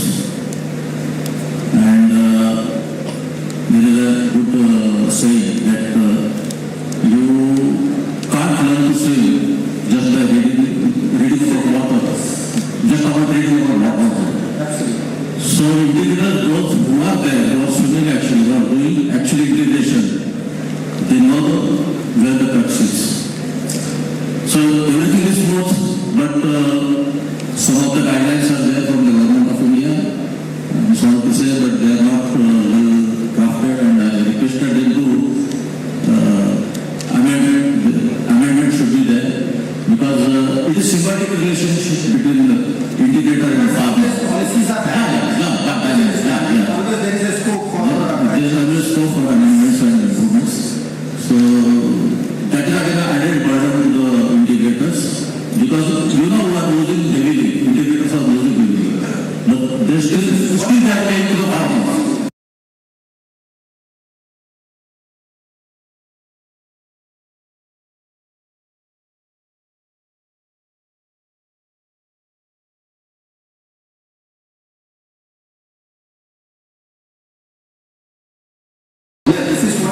This is still paying to the farmers. So that aspect should be taken into consideration. So there are certain points which need to be amended. So we are going to talk later regarding that also. Because that is creating ambiguity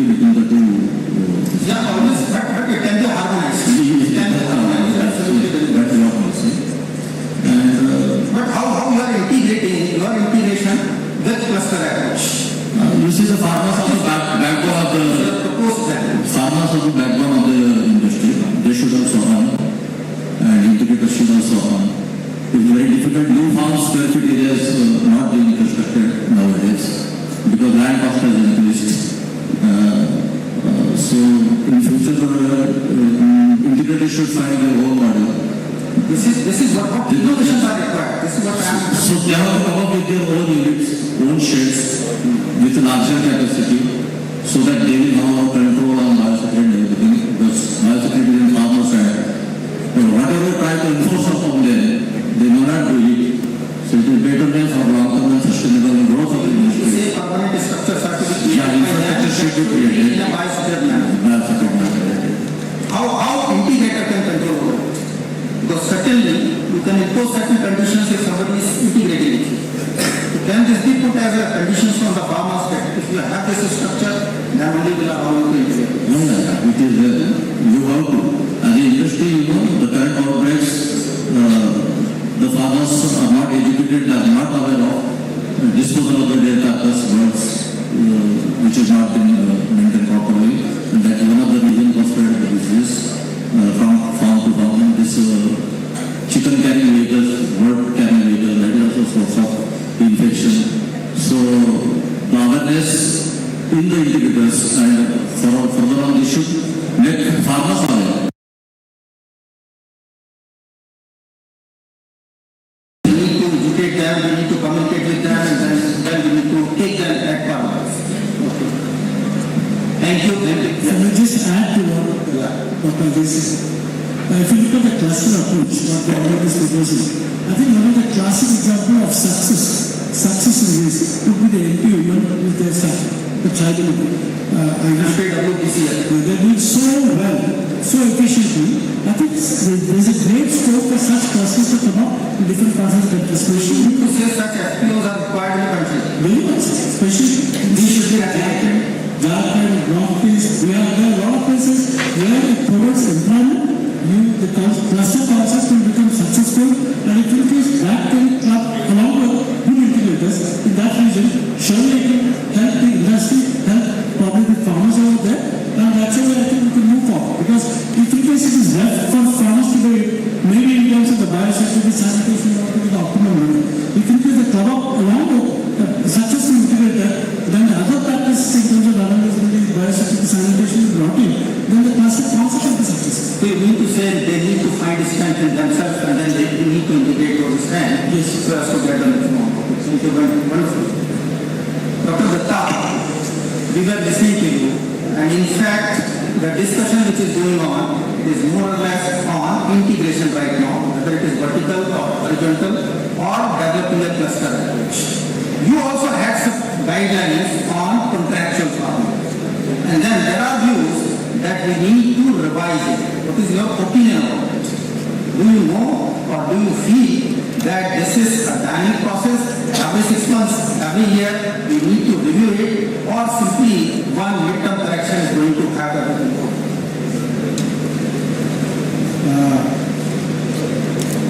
This contractual guidelines, it's a guidelines. We have requested the state government. Just to avoid the exploitation of farmers. Yes. Because firstly, I think university had this opinion in their mind. Firstly, they need to block that. This guideline was developed on the request of the one bigger section of the poultry farmers. And we consulted very extensively with those farmers who are integrators across the country. And also we sat together with the big integrators. So with this we have developed these guidelines. So that guidelines, the government was not intended to issue that guidelines, because we also know that this sector is growing at their own, we should not interfere in that. But there was large number of representation, large number I can see is... No, but I understand, guidelines are guidelines, these are not regulations. No, these are not regulations, but we have requested the state government to bring this guideline in a regulation as per the prevailing act of the state. So some state, I do not know whether these guidelines have been implemented or adopted by the state, or what is the status of the guideline. The government of India doesn't have any information. But regularly we are getting the public grievances from the farmers, from our portal, that these guidelines are not being implemented, these indicators are not doing these guidelines, and so on and so forth. But again, we are also talking about farm registrations.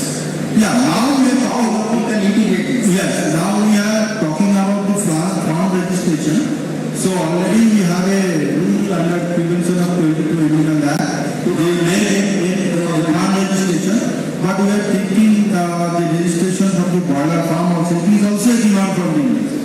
So the industry is demanding we should register the farm. Because farm registration is See, I do agree with the demand of industry because we don't have any real-time data available to us. Yeah, of course. Once registration starts, Then we can calculate estimates. Estimates and we can formulate various schemes. Analysis is possible. Analysis is possible. We do not know how many we can map it. Now this PM Gati Shakti, we can upload it, we can map, we can take a lot of initiatives for the industry.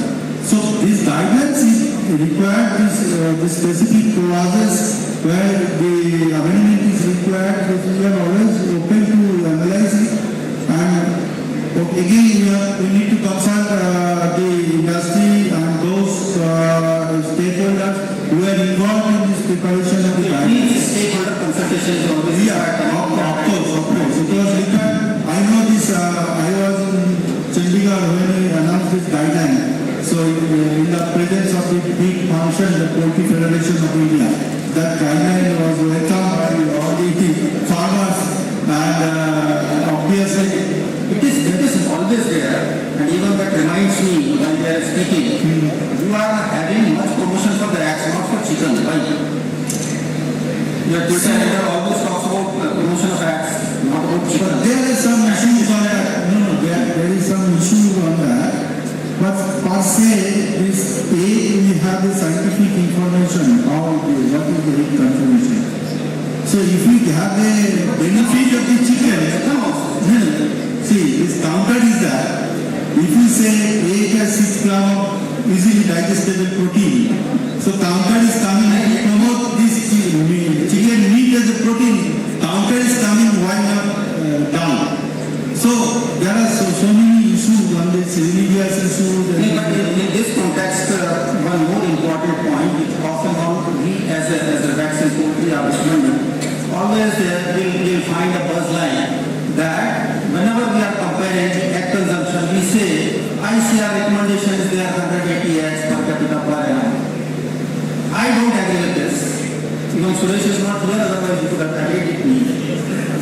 I could track out from where this has come.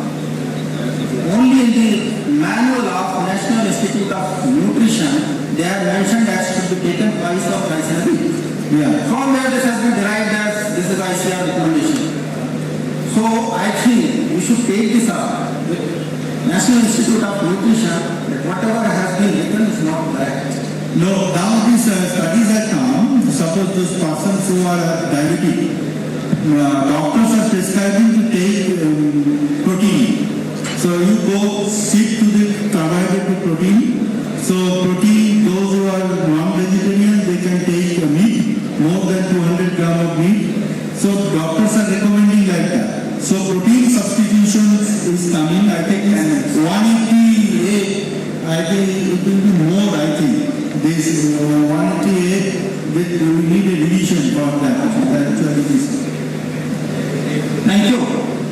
I think next we come to the export, and we do have expert of export. Why export is only from Namakkal? Why not from other places? A great question, and I'm so happy to represent Namakkal. Have this question in the National Symposium too. I thank the office bearers and everybody invited on behalf of the association given the opportunity. Namakkal, the first main reason is availability of eggs. Within 60 kilometer radius, we get about 77.5 eggs every day. So it means it's a hub from where export can take place. And that is not the only reason. The three major ports, the proximity to the ports are just 6 hours. Somebody who is well planned and prepared, they can stuff a container in 8 hours. That is the beauty of Namakkal. So these are the Minister Saab was saying he is going to have such logistic arrangements, beautiful logistic arrangements like logistic cost will cut down to 9%. Which is very important. Then we will be able to compete with the international market. And the expertise of skilled and unskilled laborers right from 2004. Namakkal export is not just one day, it is more than 2 decades. We struggled with several issues which we are aware that in 2006 the first time. Means that how is having a strength now to export. Yes. So from 2004 we have been studying and very proudly to announce here that 2025 we have 1,000 crores. I'll come back to that. Please continue. I'll come back to that because it is a mystery point for me. Last year we have doubled our exports. Do you think this is sustainable for the next year? Yes, this year we are going to have 2,000 crores now. 2,000 crores we are not sure, but definitely we will maintain 2,000 crores. And 2,000 crores we can maintain if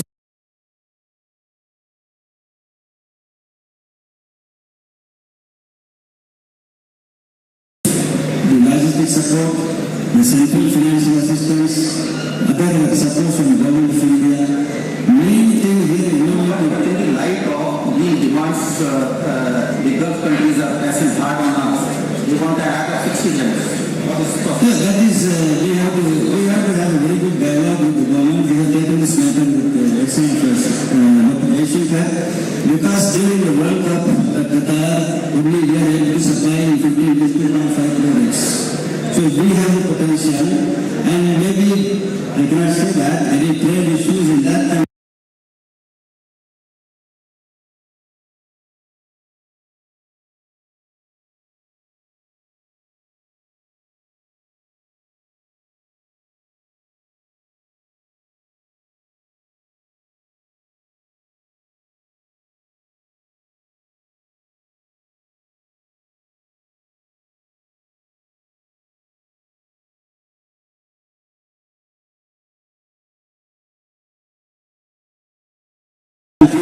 Which makes them to put restrictions on excise on 60 to 67 grams, whereas I doubt that whether that size is continuously available for 50-60 days.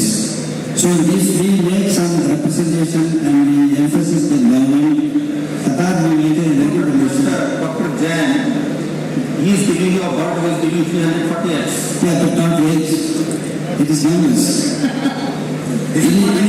Yeah. When they are going for a selection, this could have been one of the criteria. Yes. Whenever the number is increased, volume is decreased. The same eggs which Qatar is importing regularly, why the restrictions we have to make? Is there any logic of 60 grams of eggs? I felt there is no logic in that. Egg is egg. Egg contains protein. It's only a trade barrier. Yeah. Maybe you ask less cost, yes, we are ready to consider, no? And innovate to ask, one innovation you can do it in egg exports, as we all discussed in this forum, traceability. It certainly is some important for any other country want to trace from which farm it is produced. If it is able to do it, then yes, we can do it 2,000 crores Dr. Shukla. So do you think that blockchain technology will be more appropriate or traceability per se is more appropriate? Traceability. Not blockchain. Blockchain technology. Yeah, that is also. It is at multiple stages. And more transparency is there rather than maintaining our traceability alone. Because morning there, today was talking about this. Whenever we are using IoTs and AI, I think perhaps blockchain technology will be here. And because first let us go to digital, traceable, AI, and we can think of blockchain. But AI, one of the this is how we can innovate again. Yeah. This is how we can innovate. What do you think? What are the challenges, real challenges in this course? One of the companies, Namakkal exporter, mostly working with for traceability, using AI,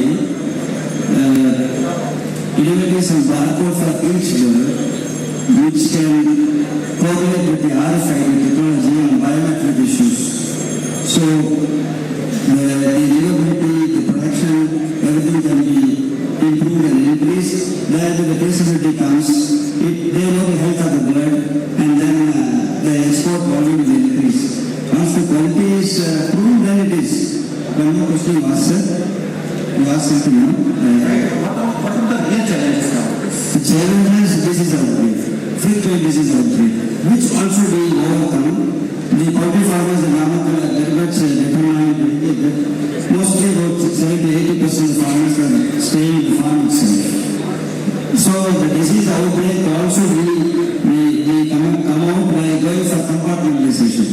Now only 4 farms are approved in compartment in Tamil Nadu, which bring around 200-250 containers to be, which was banned for 80 years, which was opened just 6 months before. But can we try that every farm should have a compartment? Yes, definitely. Definitely. Every farm should go for compartment. Government is ready to do it. Now, why I'm telling you, this VAT, veterinarians in the cross country can help us go. Ask every poultry farmer to go for compartmentalization. It is not only for exports. Once you do the compartmentalization, they can have a tag on their egg in the domestic market that this egg is coming from compartment farm. That will come under premium and they can go for a land. It's a mutual agreement between the import country and export country. Okay? So if this exists, absolutely there is no issue on that. No, yeah. So compartment is very, very important. Every 21 days the flock is tested randomly. Every 21 days it is tested. And then the other farms also they are tested randomly. You mean to say active seal surveillance is one of the important? Absolutely. That is important, sir. That is important. Pardon? Size of the compartment? Any 50,000, 1 lakh. Pardon? You can go for any size, there is no constraint for size. Actually, we need to educate the farmers and integrate also what compartmentation means. So there has to be interaction between government authorities and poultry farmers. So what are the requirement basis related to our compartmentalization? How to apply for it? What are the criteria? Because it is very important in future. I can propose one thing. Yeah. VIP can develop the SOPs. SOPs available to the government. Yeah. And this can be circulated. And that can be simplified also so that everything can formula. Sir, compartment is nothing but like your regular medical checkup. How you do it for you? It's a biosecurity audit. Absolutely. Compartment is like any management, good any management practices. The zoning and compartment, the basic difference is compartment in a isolation of a crop population with the good animal management practices. In zoning, you have to do a lot of regulatory practices. So compartment is very much easier to adapt. So it's a practice, whatever many farms are doing the practices. Suppose sanitary practices, entry, exit restrictions, health checkup of the pod on a regular interval. So where there is compartment, you cannot do the, suppose we are allowing only the avian influenza big compartment. So you cannot practice vaccination in that farm. So avian influenza vaccination, if you done, they are generally when you go for the serosurveillance, that the positive animal compartment will not be acceptable to anyone. So we are running out of time. Simply one question to Dr. Kamna. During outbreak also, many parts of the country, the compartment found in export. No, it is there. It is there. This is not it can be. Henceforth only these are the. Thank you. Dr. Kamna, how do you find what is the new role of CPDOs in a time to come to support the Indian police? To take this.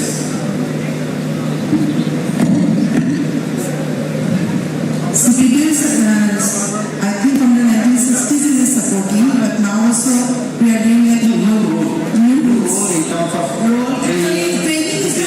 Training is the role actually what we are doing very well. And in the remote corners of the northern states, we send our resource persons for training. And moreover, when we teach them about all the rules and all the policies of the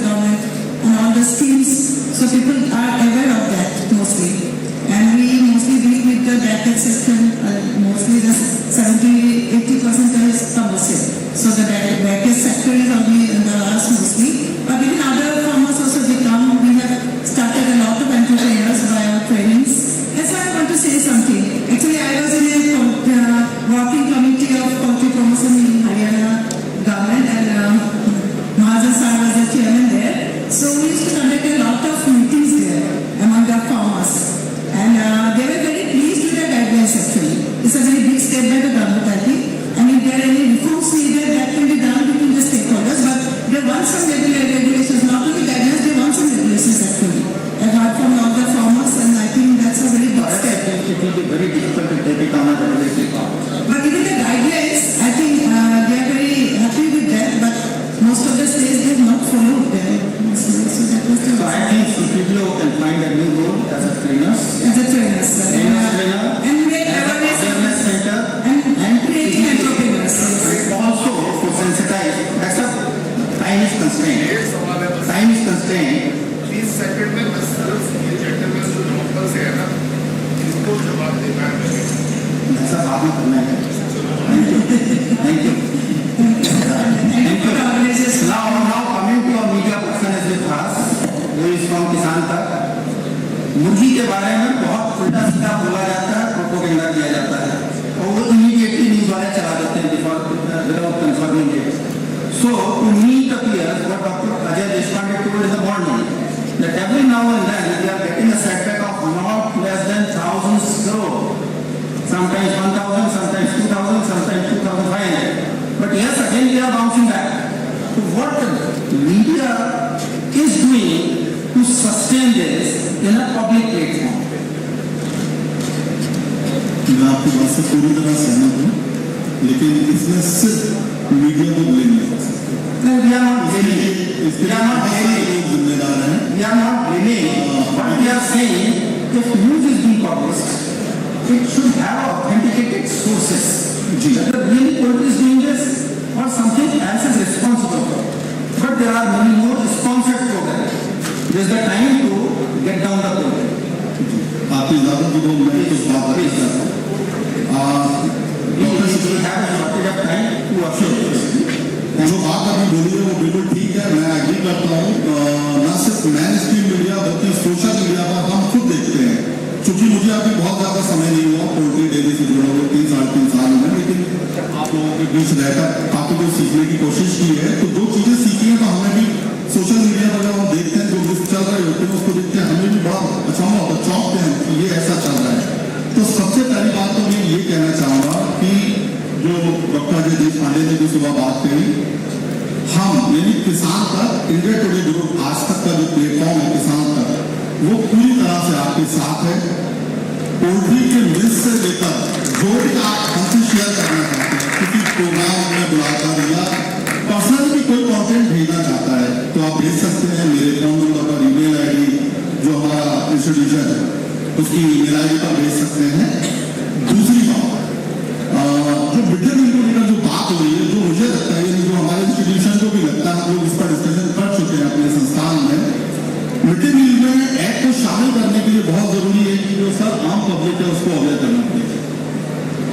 अंडे को लेकर उसके दिल में उसके दिमाग में बहुत भ्रम है, बहुत सारी ऐसी गलत चीजें जो हमें अब पता लग रही है, उनको दूर करना होगा। इसके लिए भी हम आपके साथ आने को तैयार हैं। आप इवेंट करिए या छोटे छोटे कार्यक्रम कीजिए, उसमें हमें बुलाइए, हम पब्लिक को इकट्ठा करेंगे। जो माध्यम आपको हमसे चाहिए, सोशल मीडिया का, मेन स्ट्रीम मीडिया का, हमारे प्लेटफॉर्म का, वो हमेशा हम आप लोगों के साथ तैयार हैं। दूसरी बात कि हम बातचीत करके खबर पब्लिश नहीं करते, शायद मेरे ख्याल से अब ऐसा नहीं है।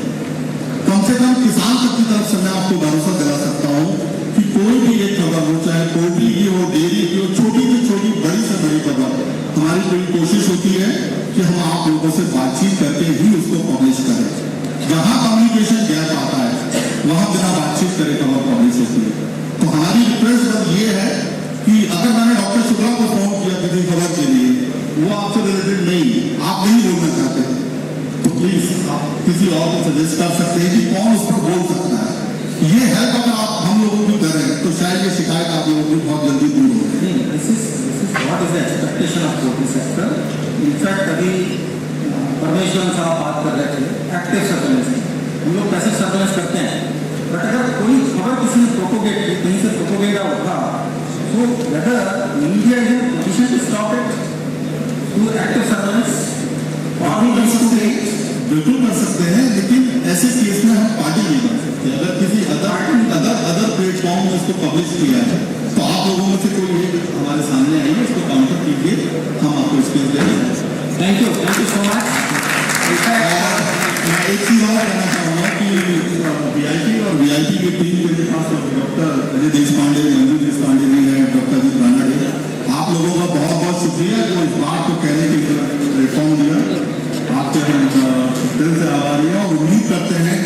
लोगों से भी हमें सहयोग मिलता है। धन्यवाद। Thank you. Indeed, I am also constrained with the time, and sometimes इतने मनुष्यों के साथ बैठ करके वार्तालाप करने से लग रहा है कि समय कम है और वार्तालाप के विषय ज़्यादा है। पर ये कहा जाता है कि गलती भी है कि जिन भी चीज़ों की चर्चा और जिन चीज़ों का वैचारिक मंथन मधुली बेला में होता है, जब सुबह और शाम मिलते हैं, वो बहुत दूर तक जाती हैं। उनका कंसेप्चुलाइजेशन बहुत अच्छा होता है, उनका फल बहुत अच्छा निकलता है। Thank you very much, my dear panelists, to have a critical analysis in terms of innovate, integrate, and thrive with respect to poultry sector. Thank you so much. Over to you. Thank you so much. I request the entire panel please be with us on stage because we have a small token of appreciation for the entire panel. And may I invite Dr. Surendra Jamir sir, can we have you on the dais to present this token of appreciation to our moderator, Professor Dr. P.K. Shukla sir, who has beautifully moderated the entire session and made sure that everything is quite interactive.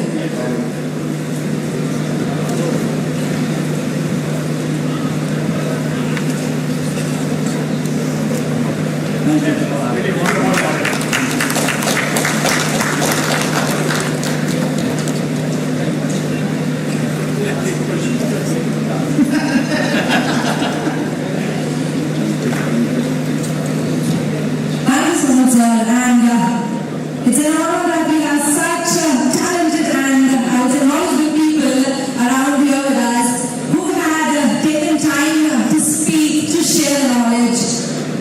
Thank you so much.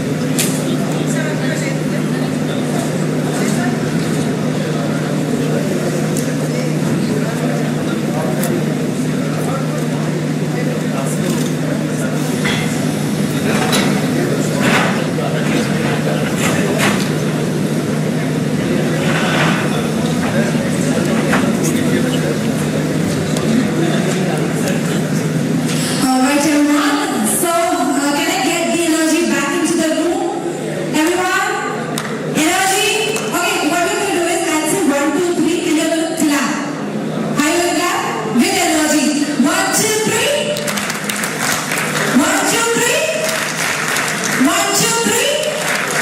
I can't feel the energy. There are so many people around here. I believe 300 plus I can see, but the energy is a little low. Everyone, please, we are moving forward to the almost last segment of the event, the day event, and everybody please get ready for the gala dinner as well. So everyone, once again, with full energy and big smiles, I need smiles on all faces. 1, 2, 3. 1, 2, 3. The backbenchers are not. Why are you not clapping? Backbenchers? Again, last time. We have to keep tab on time. 1, 2, 3. 1, 2, 3. 1, 2, 3. Give a huge round of applause to everybody who is here in the room. Come on, everybody, let's have some energy. All right. Now it's time, everyone. Let's invite Dr. Santosh ES for some special felicitations. So please put your hands together and give a huge shout out to sir. He's been managing everything and here and there. This is the person you are seeing running throughout, and he's the person there are more people, of course. The entire team is the reason that this event seamlessly went throughout and has been a success. So sir, over to you.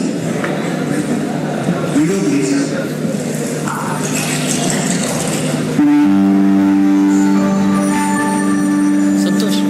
Welcome to Hyderabad, the capital city of the youngest state in the country.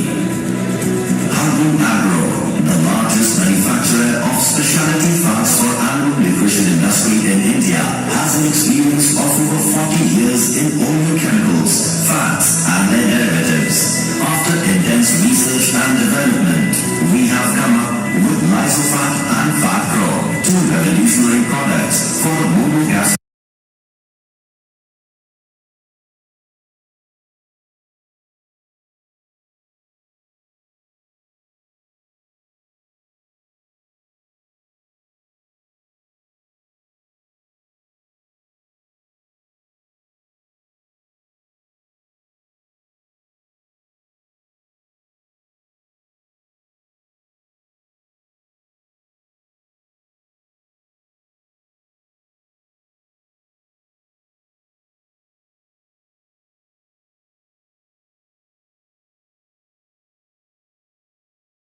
Industry, Lysofat and Fat Pro are specially designed blends of several vegetable fats and pure fatty acids fortified with antioxidants, emulsifiers, both natural and exogenous. These blends have been designed to maintain the highest calorific value and also obtain multiple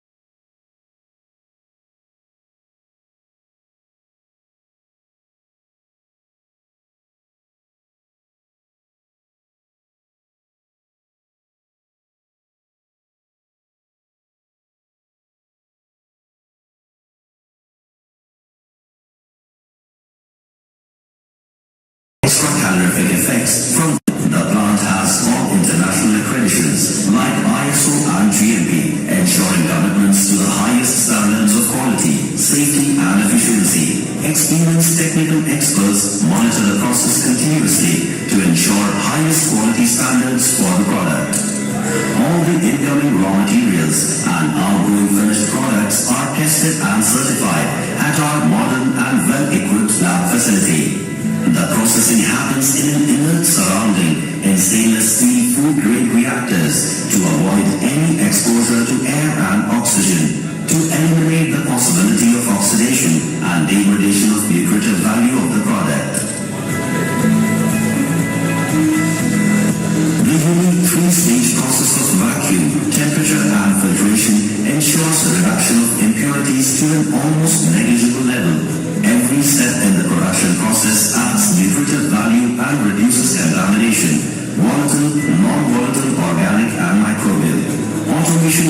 every crucial step ensures safety and accuracy, avoiding human error. The entire production process ensures that every drop of lysofat and fat pro remain true to their function of energizing feed. Each batch of finished goods is tested in the lab for specifications, and each output consignment is accompanied by a certificate of analysis. A storage capacity of almost 2,000 tons of raw material and finished goods and a fleet of company-owned road tankers ensures strong and reliable supply chain management. Lysofat and Fat Pro are revolutionary innovations designed to increase digestion and absorption in monogastric animals. We are committed to provide superior and consistent quality animal feed products, and Lysofat and Fat Pro are no exception. With these products in our basket, Hybrid Agro is now the largest manufacturer of specialty fats for the animal nutrition industry in the country, with an installed capacity of 72,000 metric tons per annum. Our endeavor is commitment to quality and energizing feed. Manufacturers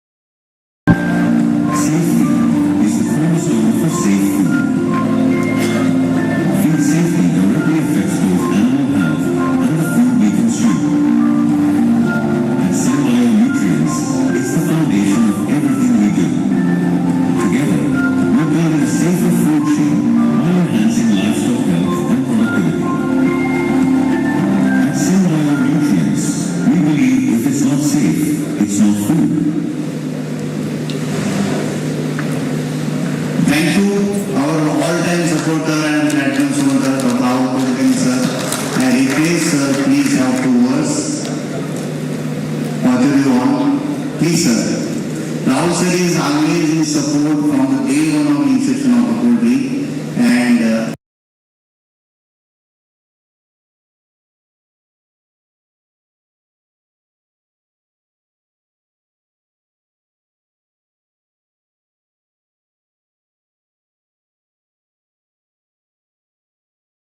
once again, thanks from Innovate also. If you wish, please have 2 minutes call. Okay, thank you, sir. Moving ahead, there are few announcements. We are now going into the further felicitations. So after these, associations, media, and all sponsors. So I request all of our supporters to be in sequence after this and be in the hall as further. It's hardly going to be the 35 to 40 minutes. So please support us and we stay here. Our team will be take care. Now there are the very, very special felicitations and our humble beginnings to our entire team who was working day and night since last 3 months. So I call upon stage the hero team, the North Committee, North VIP Committee. But before that, I also request to all our association presidents, please be here. We need your support further. North team, please on the stage.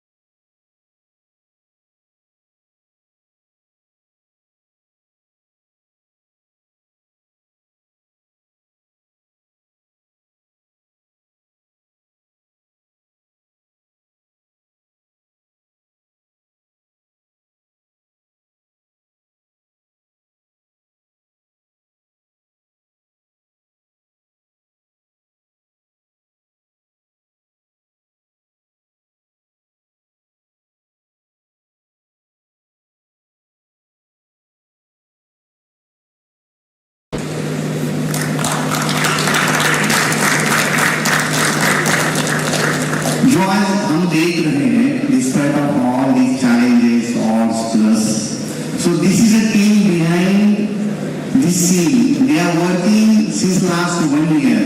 Each of them, these are the core committee team from the north. There are also other supporters directly, indirectly. So this committee started planning since 1 year. And then as a follow, they had a round meetings after some times. And also they have recently got another internal meeting with the local veterinaries in the February. Many of us have witnessed that. So it is a part of this meeting. Since last 5 days, all are working for their individual profession. They are in the social association. So no one is staying there, but they are giving their time and talent. Thank you very much, sir, and kudos to your efforts. I request our President, Ajay sir, and Vice President, C.D. Pathak sir, to please on the stage and felicitate our mesmerizing team. Please. From us, please give the song, slash and bouquet. Ajay sir and Pathak sir, please.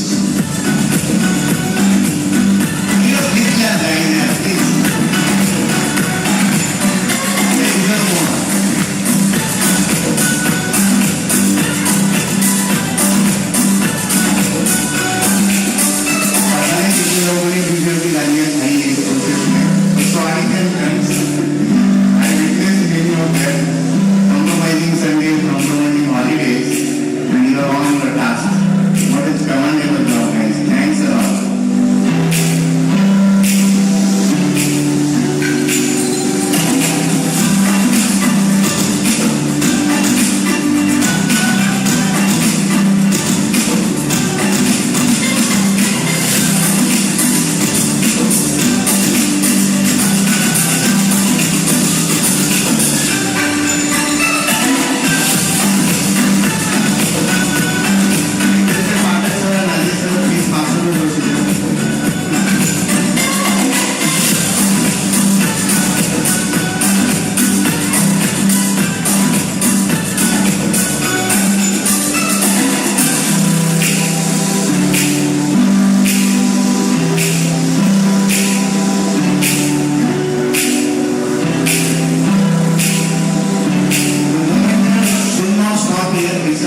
country, it should continue by expecting much more activities for the chicken and egg promotion in northern region of the India.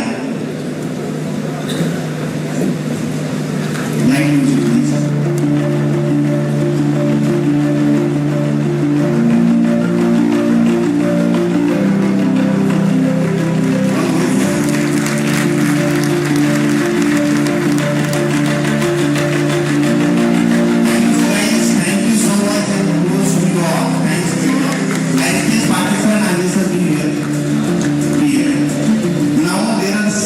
Some special felicitations which I cannot forget.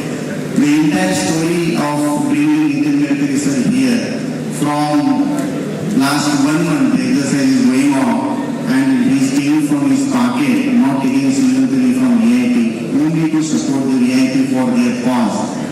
The person behind this all instrumental, none other than Mr. Dr. Linge sir. Linge sir, please accept and come on the stage. Sorry, you told me, but I am not able to stop it.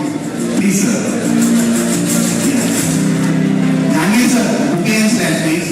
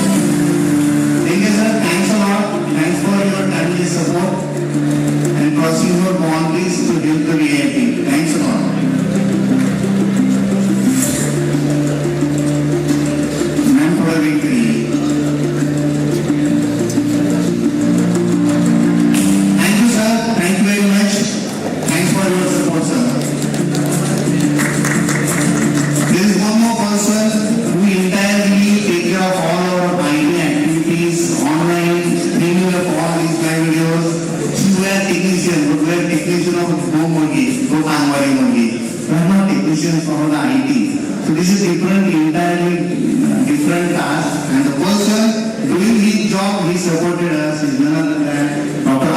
Mr. Avilash Jena. Avilash, please be on the stage, brother. And thanks a lot for your relentless service. I know I disturbed you at 1 o'clock, 2 o'clock, 3 o'clock. Thank you very much. I'm sorry for disturbing you too much. Thanks. Your support is much needed to us. If you are not here, we are really in trouble to how to organize these VCs and all those things. Obviously, 90 guys will be there, but you took it as a family program and it will be more despite of your personal priorities. Thank you, Abhilash. We are seeing you as a long association with the VNP and the lawyer. Thank you, sir. Thanks all. Now I'd like to hand over to Surendra sir for further felicitations. Before that, there are one announcement. Kapoor madam.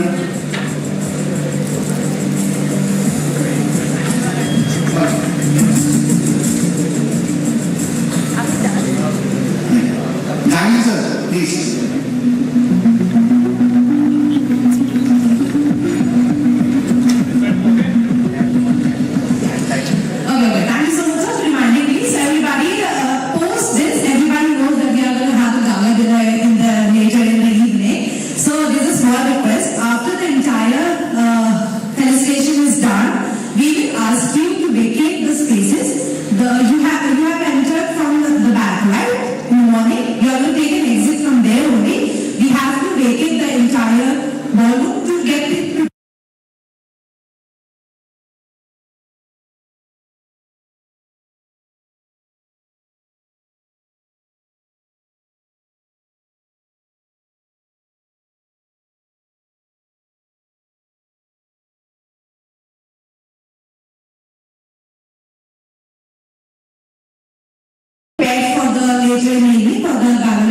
So I'm going to request everyone, once we have done with the entire show flow, I will be requesting everyone to please vacate the premises, and in the morning we have given you dinner passes and a blue band.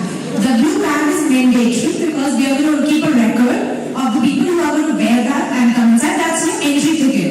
To be specific, that's your entry ticket. Use that, wear the blue band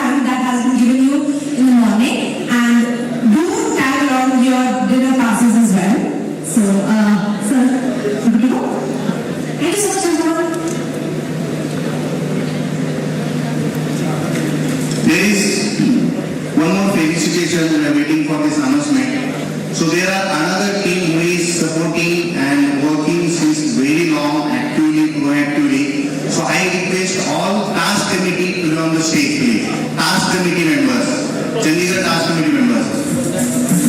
Yeah, please have time one small announcement.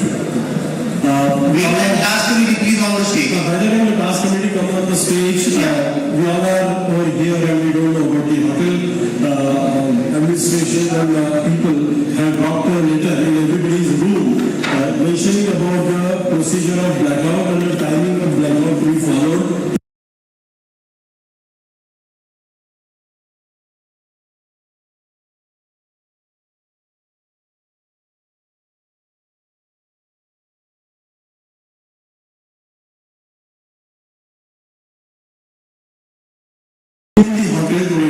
Right? So read out that the details and I haven't read the entire letter, but all lights including street lights will be turned off from 7:30 p.m. to 7:40 p.m. 10 minute का ही है, क्योंकि 7:30 से 7:40 तक all lights will be switched off. Number one, the hooter sound with a wave like tone will be signaled.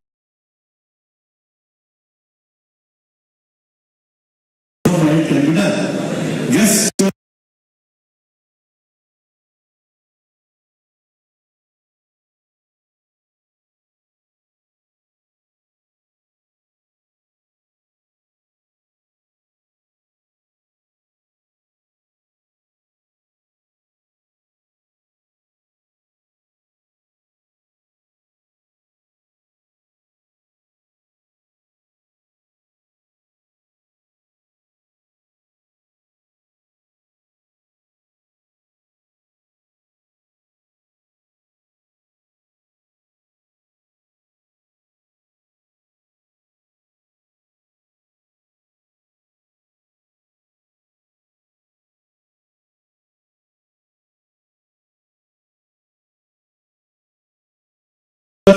No one is inside during the drill, and we are kindly advised to switch off any in-room lights, draw the curtains for comfort and remain in your room during this brief period. So approximately from 7:20 to 7:40 will be complete blackout.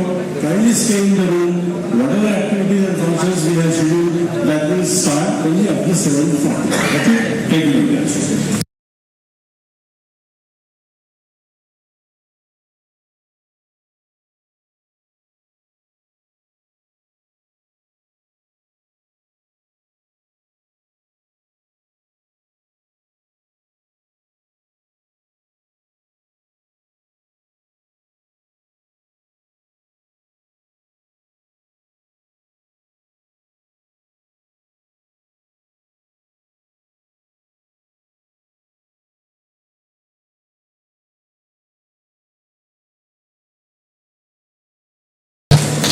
All committee members, VIP committee members, please join. We have waste time.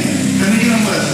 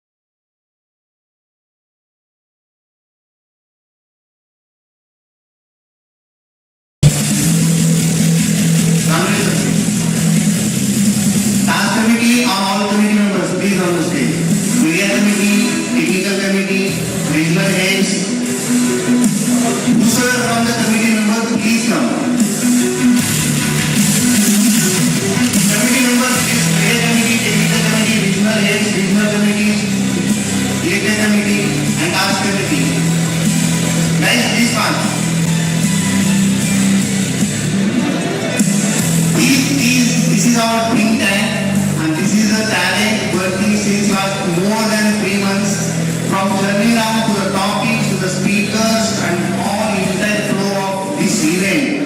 Also to channelize further activities. So this is the committee behind all these things. Thank you very much. Thank you everyone. Close to all of us and close to all of our supporters for doing this.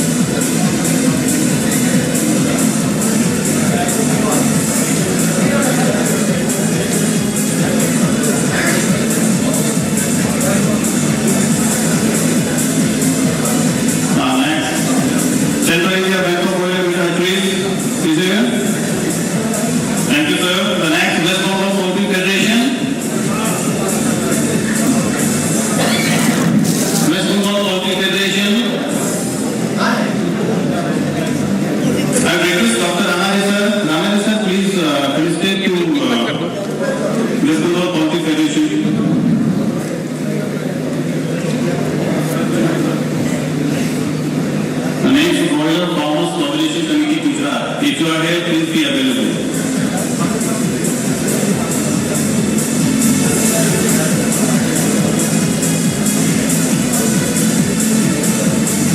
Thank you. Broiler Farmers Coalition Committee Gujarat. PFCC Gujarat. Is there? Thank you, sir. Indian Poultry Equipment Manufacturer Association, Poultry India. Please join the stage. And for this felicitation, I would request Dr. Symposium, sir. Sir, please join the stage felicitate here at TMA.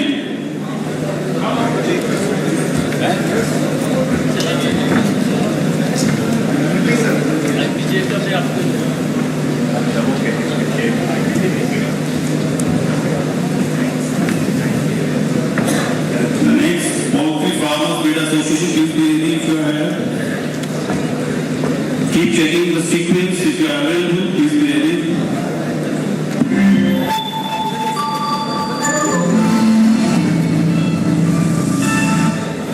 Click on the Association.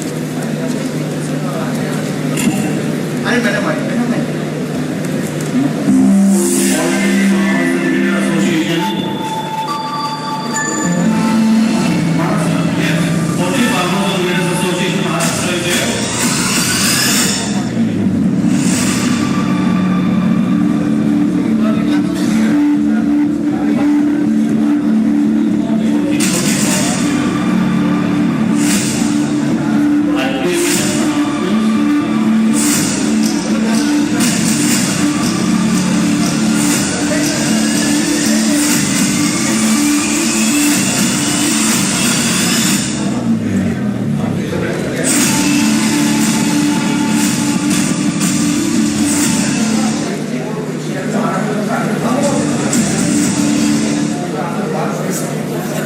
Good evening, everybody.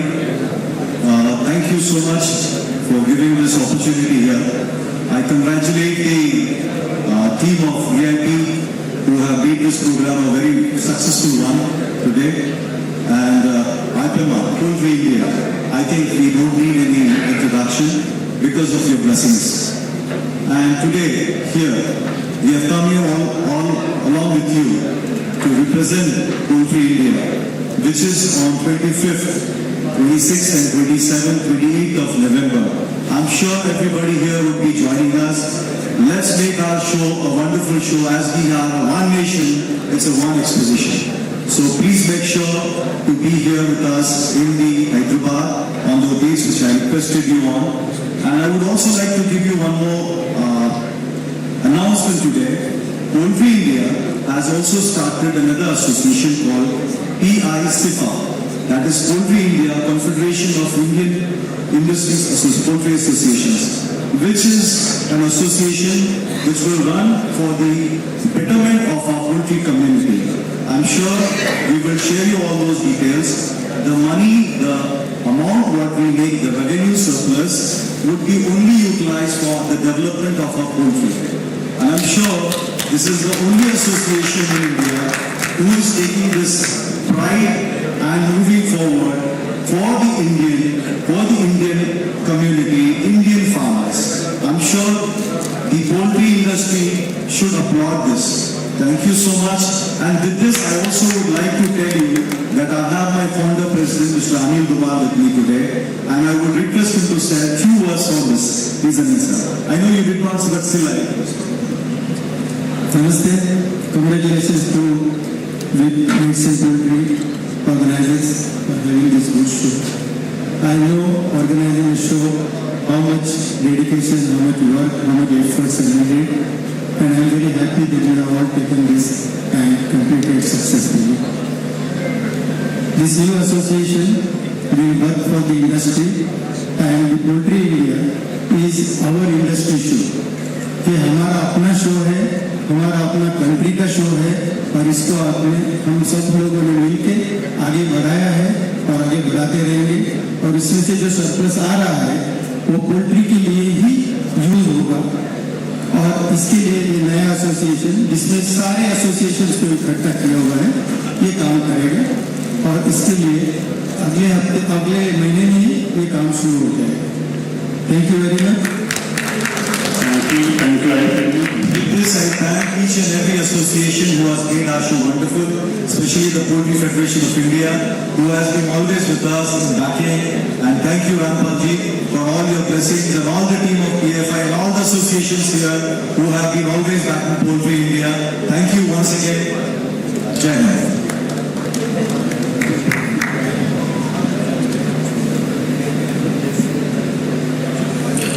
Thank you very much, Poultry India. We always applaud for your efforts.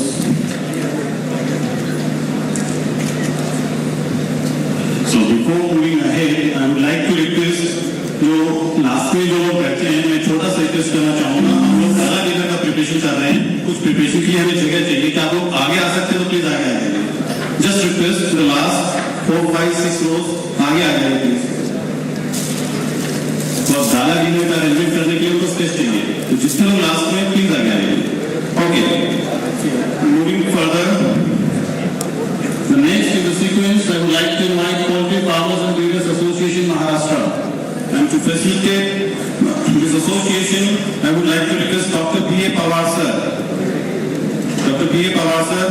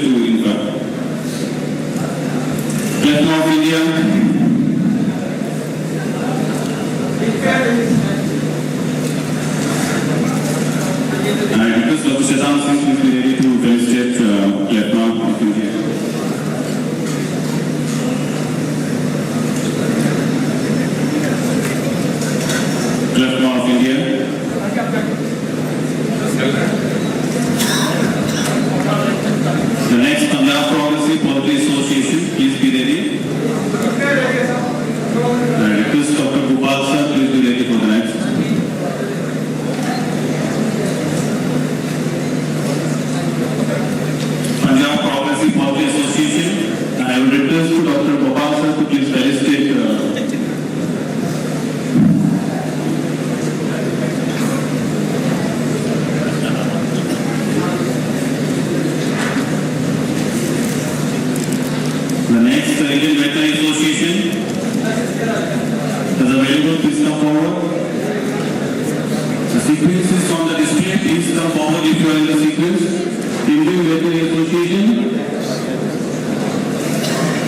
NECC?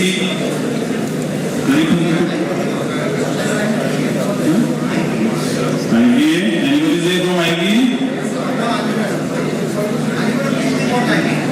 IBA, please.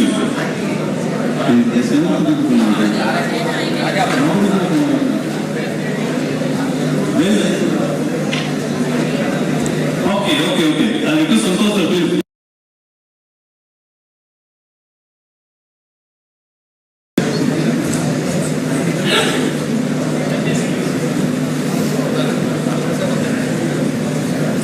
Dr. Sai Rao Rathod sir, please be ready. You are the next time going to invite.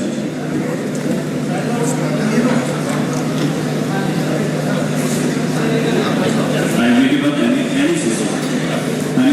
And you know from NECC? IFSA is the man. NECC? Okay, IFSA, please, I request Dr. Anju Madam sir, please. Please, madam.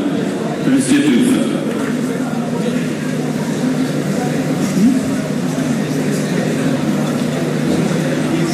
And since I request Dr. Sai Rao Rathod sir, if available, please join the stage and to felicitate NECC.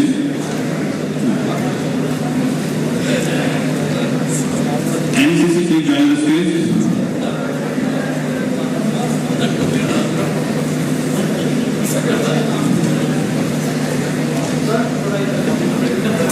Next to. Okay.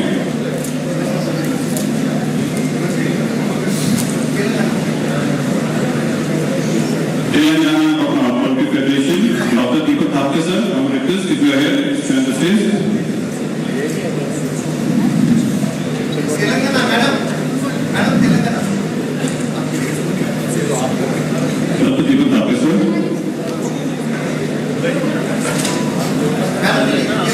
Telangana.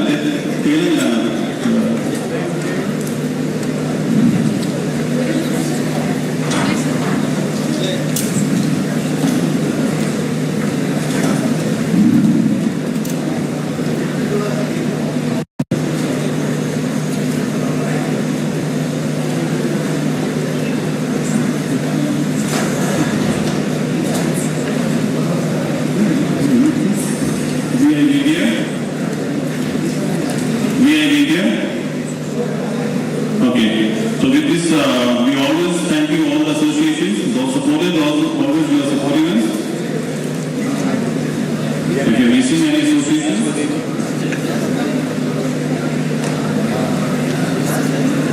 okay, so in the series, okay, it's an announcement from Clapton, please.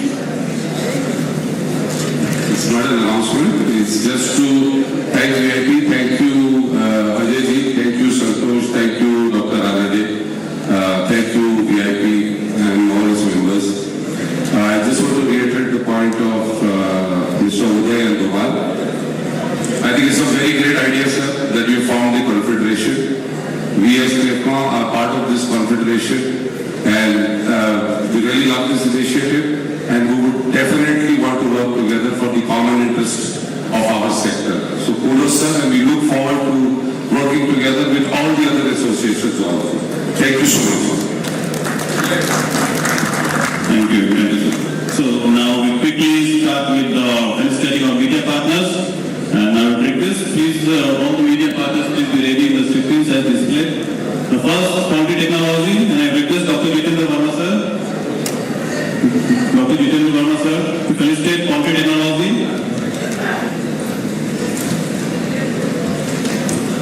The next Poultry review, please be ready, and Dr. Srinivas Rao, if available, please come forward.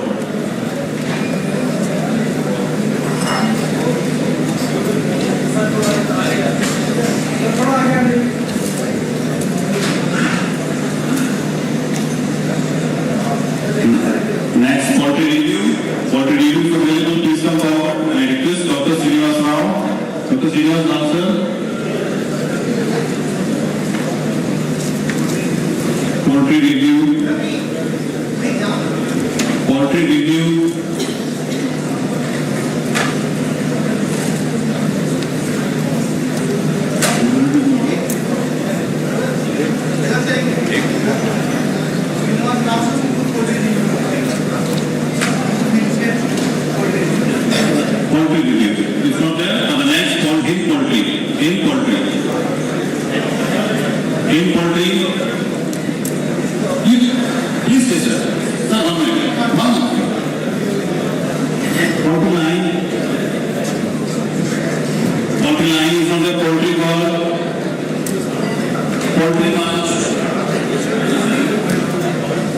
Poultry world, please join the stage. Poultry world.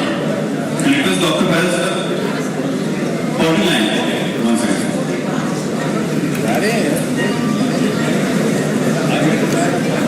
Dr. Pal sir. Pal sir. This is not there. Sunil Kalaskar sir. Pradeep Lingi sir. Dr. Srinivas Rao sir. Lingi sir, please.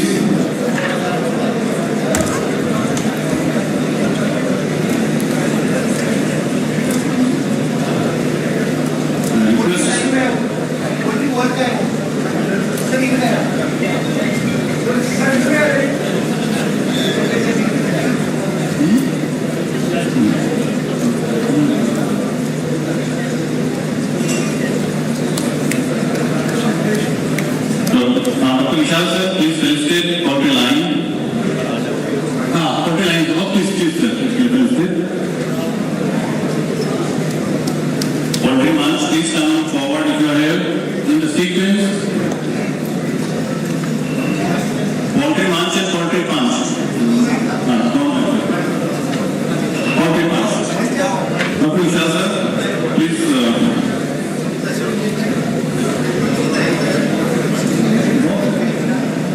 Poultry munch is available, please.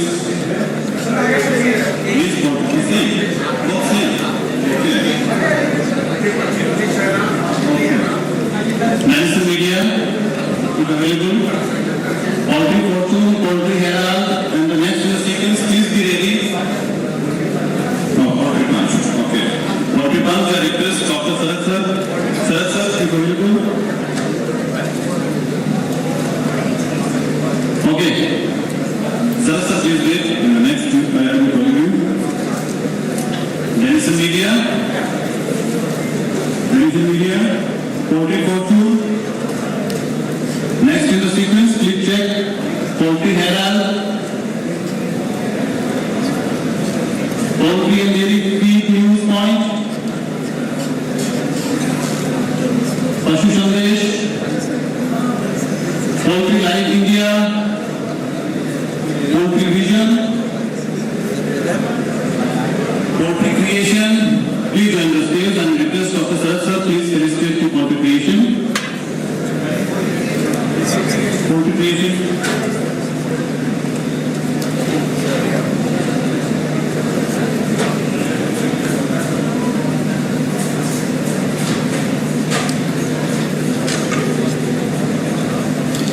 India Today Kisan Tak. India Today Kisan Tak. Nasir ji, Nasir sir.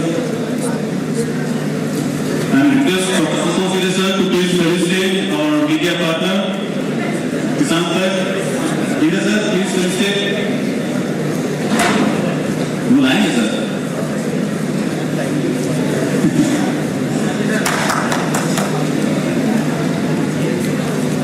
Poultry planner. Poultry planner. Krishi Jagran. Okay.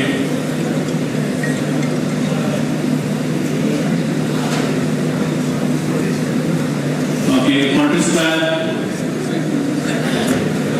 Poultry square. Request Gopal sir, please felicitate. Poultry planner. Next. Poultry square. Please felicitate Gopal sir.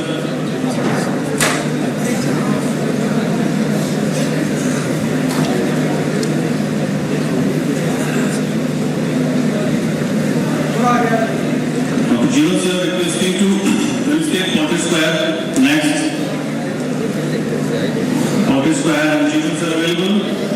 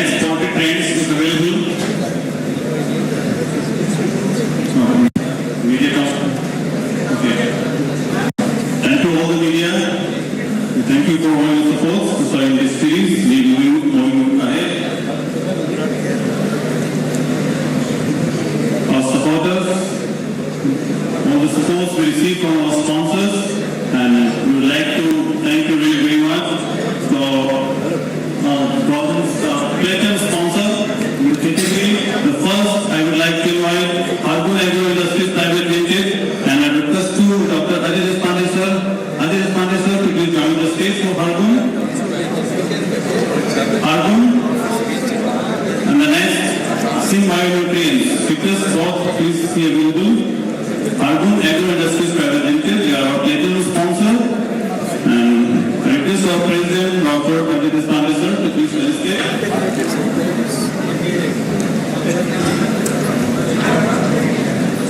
Along with the souvenir book.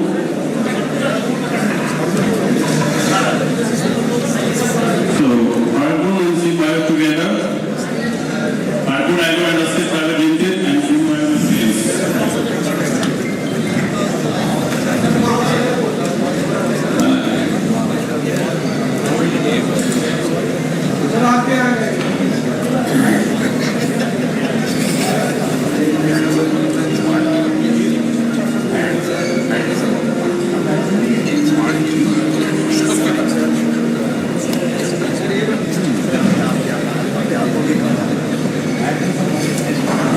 Please hold on and please felicitate Sim Bionutrients. Sim Bionutrients.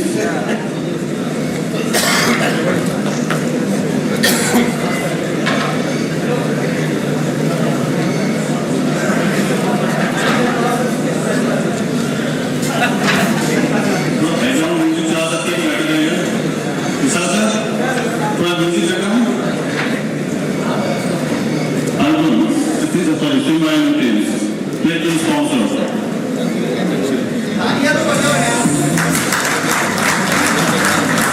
felicitation is incomplete without the applause. Thank you Arjun, thank you Sim Bio. So now this we complete the platinum category. We start with the gold category. And the first in the gold category, we would like to invite Interface Pharmaceuticals Private Limited. We would like to invite Dr. Pathak sir.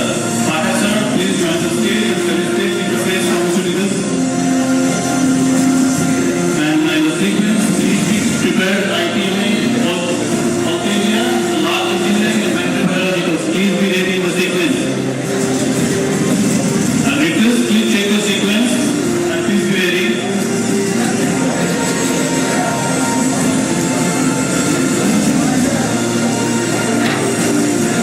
Request your applause and leave the sponsors, leave the cabin.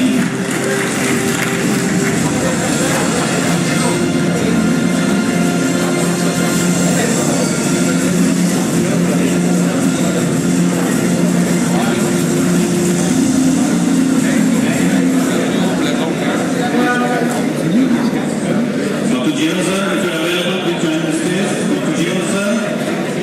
Dr. Jeevan Sangone is not there. Dr. Ranade sir. Dr. Ranade sir. Not there. Sudha sir. Indian Poultry Equipment Manufacturer Association, ITMA, Poultry, as gold sponsor, we invite you again. And request Bhatta sir, please felicitate to ITMA. All India, you are once again invited as a gold sponsor. Dr. Bhatta sir, please felicitate.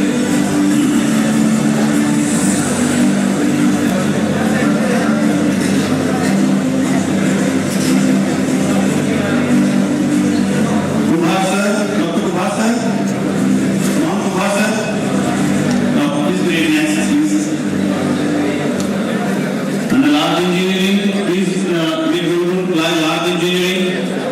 Okay. And I request Dr. Kumar sir, please felicitate the large engineering and provide the souvenir book. The Poultry Biologicals in the sequence, please be ready. And I request Vishal Rao sir to please be available.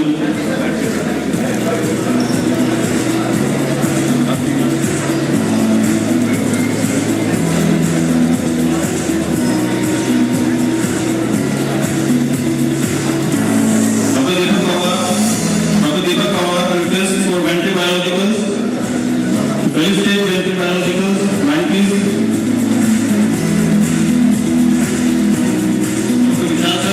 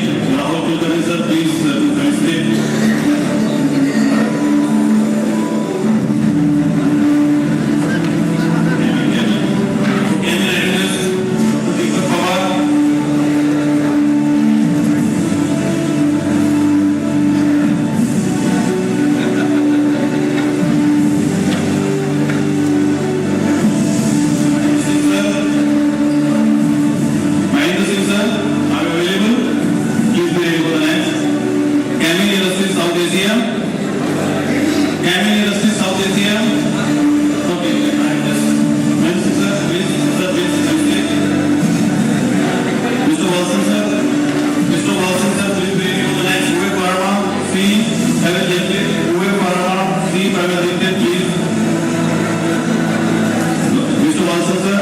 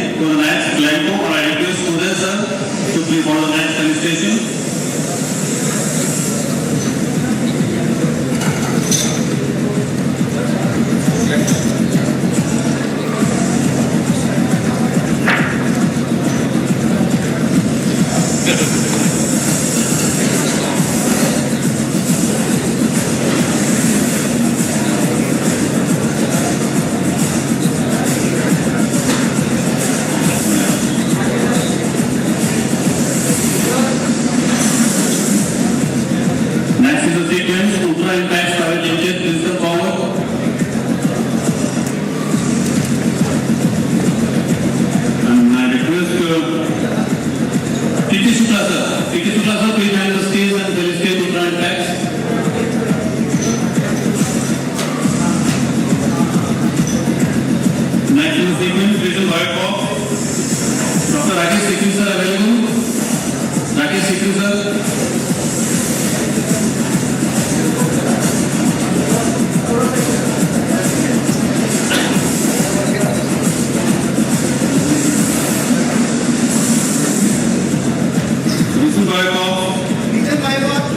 Anybody? Okay. Visual Biocop, I request Dr. Rakesh Sikri sir, not available. Dr. Chandra Sekhar Dubey sir, Dr. Harpal Singh, Sanru.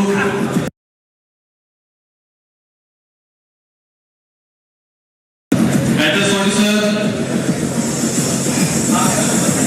Harpal sir, please.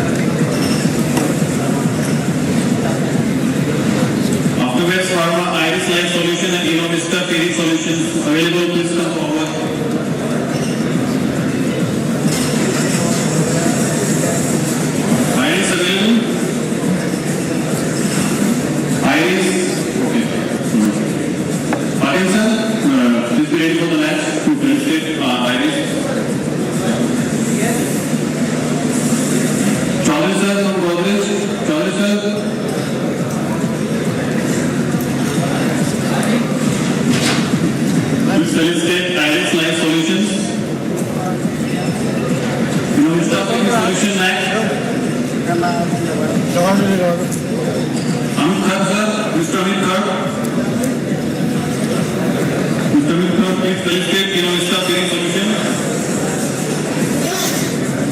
Innovate available? Okay. Thank you.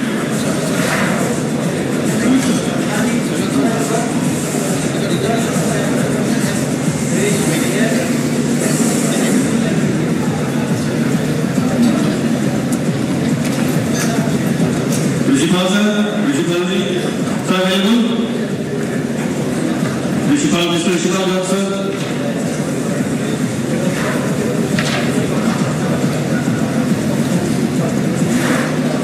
Natural remedies, I request Pradeep Yadav sir. Sorry, one second sir. Please. No, sorry.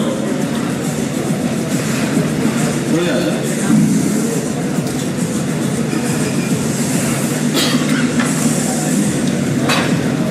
This Pradeep Yadav sir, next to felicitate natural remedies. So sorry. Yes, natural remedies.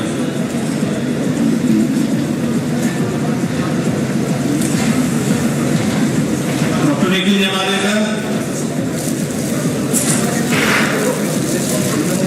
Please felicitate Vaccine to India, Vaccine to Animal Health Private Limited. Okay, next.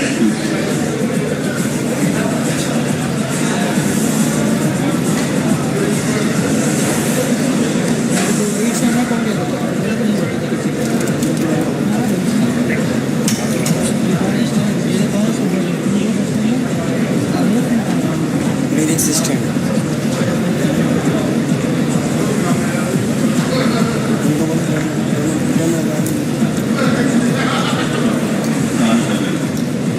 Menu consultants available next. Menu consultants. Style of factories.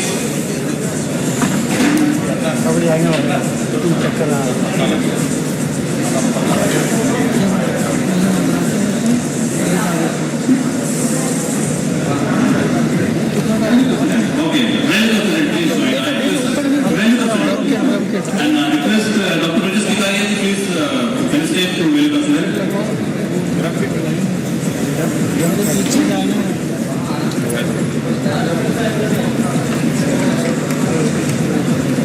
ऊपर ही लेके जाओ, ऊपर लेके जाओ, ऊपर लेके जाओ. Dr. Rajena, Anurag Jena will be felicitating the style.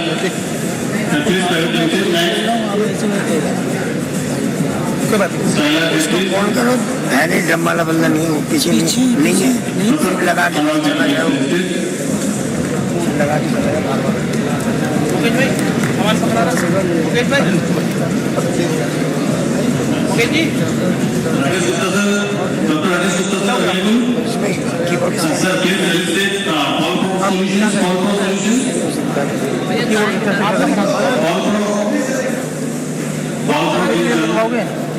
उसमें लिखा भी नहीं, उनने गिटार स्टैंड ला दिया. गिटार स्टैंड तो हम भी लेके आ रखे. कीबोर्ड स्टैंड हो रही थी वो बाद में जो बात हुई थी, नहीं तो मैंने पहले सामान पूछ रहे थे, वो जब का था वो टैग मैं देख रहा था इसमें पेटी का खत्म होना नहीं. बहुत डाला गया. एक काम करते हैं, दुकान है मेरे पास.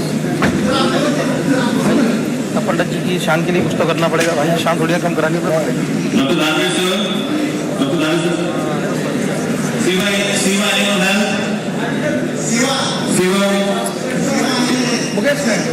Siva Animal Health, not available. Sunshine Biological. Okay.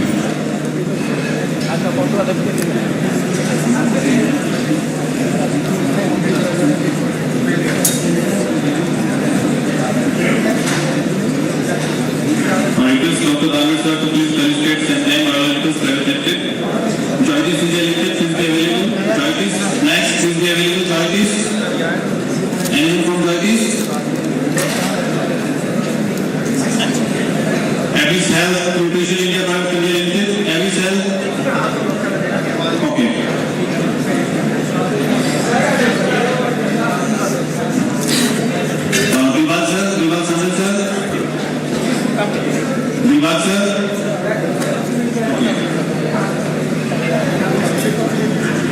sir, please felicitate Avis. Please, sir. Avis Health and Nutrition here. Deepak sir. And sir, I request you next to felicitate Sampurna. Please try to take it. Sampurna next, please be available.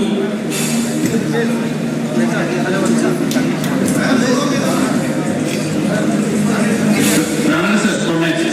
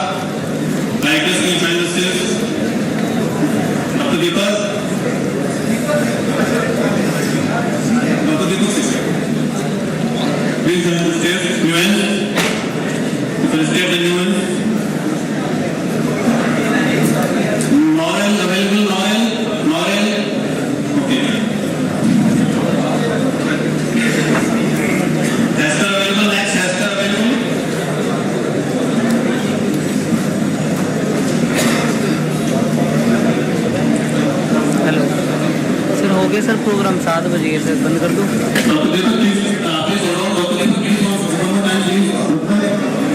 तो गया पर ये कर दूं तो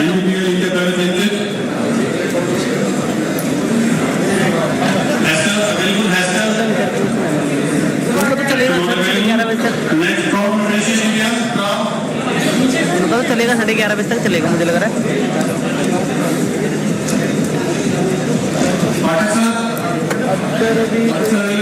वगैरह वो हो रहा है मतलब कोई ड्रम्स वगैरह बजाने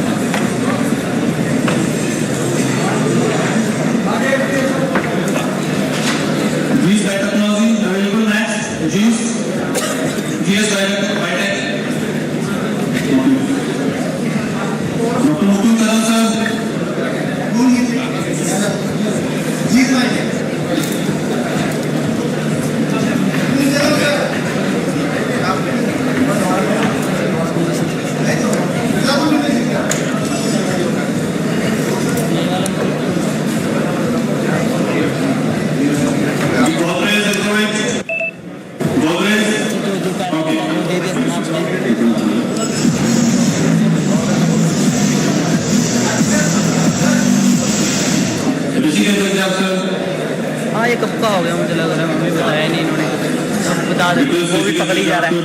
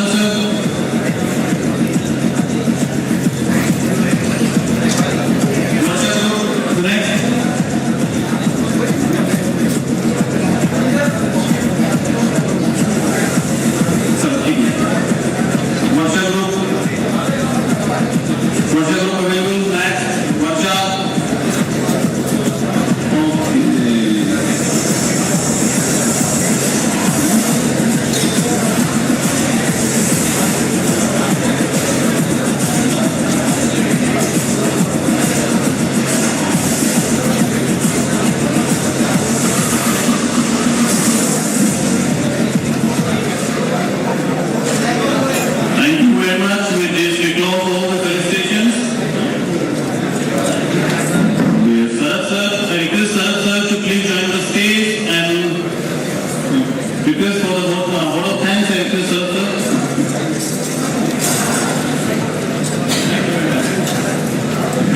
One announcement please, 7 will be there will be the blackout. Hopefully the hall lights remain same, but lift and outside light will be off. So make sure we'll be here by 7:45 back. Please vacate the hall so that they can remove the chairs and aisles for the cocktail and entertainment. So after vote of thanks, then you go out and gather here by 7:45. Thank you. बहुत बहुत धन्यवाद अक्षर। यहाँ पर उपस्थित सभी आदरणीय सम्मानी साथियों को बहुत बहुत सादर प्रणाम, नमस्कार। आज इस कार्यक्रम के समापन की जिम्मेदारी मेरे कंधे पर दी गई है और मुझे इस बात की बेहद खुशी है समापन करते वक्त कि इस तरीके के कार्यक्रम का आयोजन बहुत बेहतर तरीके से किया गया जो हम सभी लोगों के लिए अविस्मरणीय। आदरणीय मुख्य अतिथि महोदय, सिम्पोजियम समिति के सभी सदस्यगण, मीडिया प्रतिनिधि और यहाँ पर उपस्थित सभी अतिथिगण एवं प्रतिभागी बंधु, मैं आप सभी को हृदय से अपनी कमेटी की तरफ अपनी तरफ से बहुत बहुत धन्यवाद और आभार व्यक्त करता हूँ। आज के इस विशिष्ट और ज्ञानवर्धक पोल्ट्री सिम्पोजियम के सफल आयोजन पर मैं सर्वप्रथम मैं आप सभी के प्रति हृदय के अंतःकरण से पुनः एक बार आभार व्यक्त करता हूँ। यह कार्यक्रम हमारे लिए एक अविस्मरणीय अनुभव रहा है और इसका से आप सभी की सक्रिय भागीदारी, समर्पण और सहयोग हो जाता है। सबसे पहले हम अपने मुख्य अतिथि महोदय का विशेष रूप से आभार व्यक्त करते हैं, मिस्टर गडकर जी, मिस्टर महिपाल ढांडा जी और जितने भी हमारे प्रबुद्ध के लोग जुड़े थे उनको भी बहुत बहुत हृदय से धन्यवाद है। उन्होंने अपने बहुमूल्य समय को यहाँ पर देने का प्रयास किया। कुछ लोगों ने वीडियो कॉन्फ्रेंसिंग के माध्यम से अपना समय दिया, कुछ लोग यहाँ व्यक्तिगत उपस्थित होकर अपना समय दिए और अपनी गरिमा में उपस्थिति को यहाँ पे व्यक्त किया। आपके विचारों और मार्गदर्शन ने हम सभी को नई दिशा और नई ऊर्जा प्रदान किया। आयोजन समिति के सभी सदस्यों और संस्था के प्रयासों को भी बहुत बहुत धन्यवाद। आपकी मेहनत, योजना और लगन के बिना सिम्पोजियम होना संभव नहीं हो सकता था। पोल्ट्री क्षेत्र में नवीनतम शोध, तकनीकों और चुनौतियों पर चर्चा का यह मंच आपकी दूरदर्शिता का परिणाम है। हम अपने वक्ताओं और विशेषज्ञों का विशेष हार्दिक आभार व्यक्त करते हैं जिन्होंने अपने ज्ञान, अनुभव और प्रस्तुतियों के माध्यम से इस कार्यक्रम को समृद्ध और बेहतर बनाया। आपके विचारों ने न केवल पोल्ट्री उद्योग के वर्तमान परिदृश्य को रेखांकित किया बल्कि भविष्य की संभावना और चुनौतियों को भी बेहतर तरीके से उजागर किया। सभी प्रतिभागियों और उपस्थित गणमान्य अतिथियों का भी धन्यवाद जिन्होंने इस कार्यक्रम में उत्साहपूर्वक भाग लेकर इसे सार्थक बनाया। आपके प्रश्नों, सुझावों, चर्चाओं ने सिम्पोजियम को भी जीवन बना दिया। हमारी सहयोगी संस्थाओं, प्रायोजकों और तकनीकी सहायता प्रदान करने वाली टीम को भी बहुत बहुत साधुवाद और धन्यवाद। आपके समर्थन के बिना यह आयोजन इतना सुगठित और प्रभावी नहीं हो पाता यदि आप अपना हर तरीके से सहयोग नहीं देते। मैं अपने सभी सदस्यों को इस काम में नई सोच, सहयोग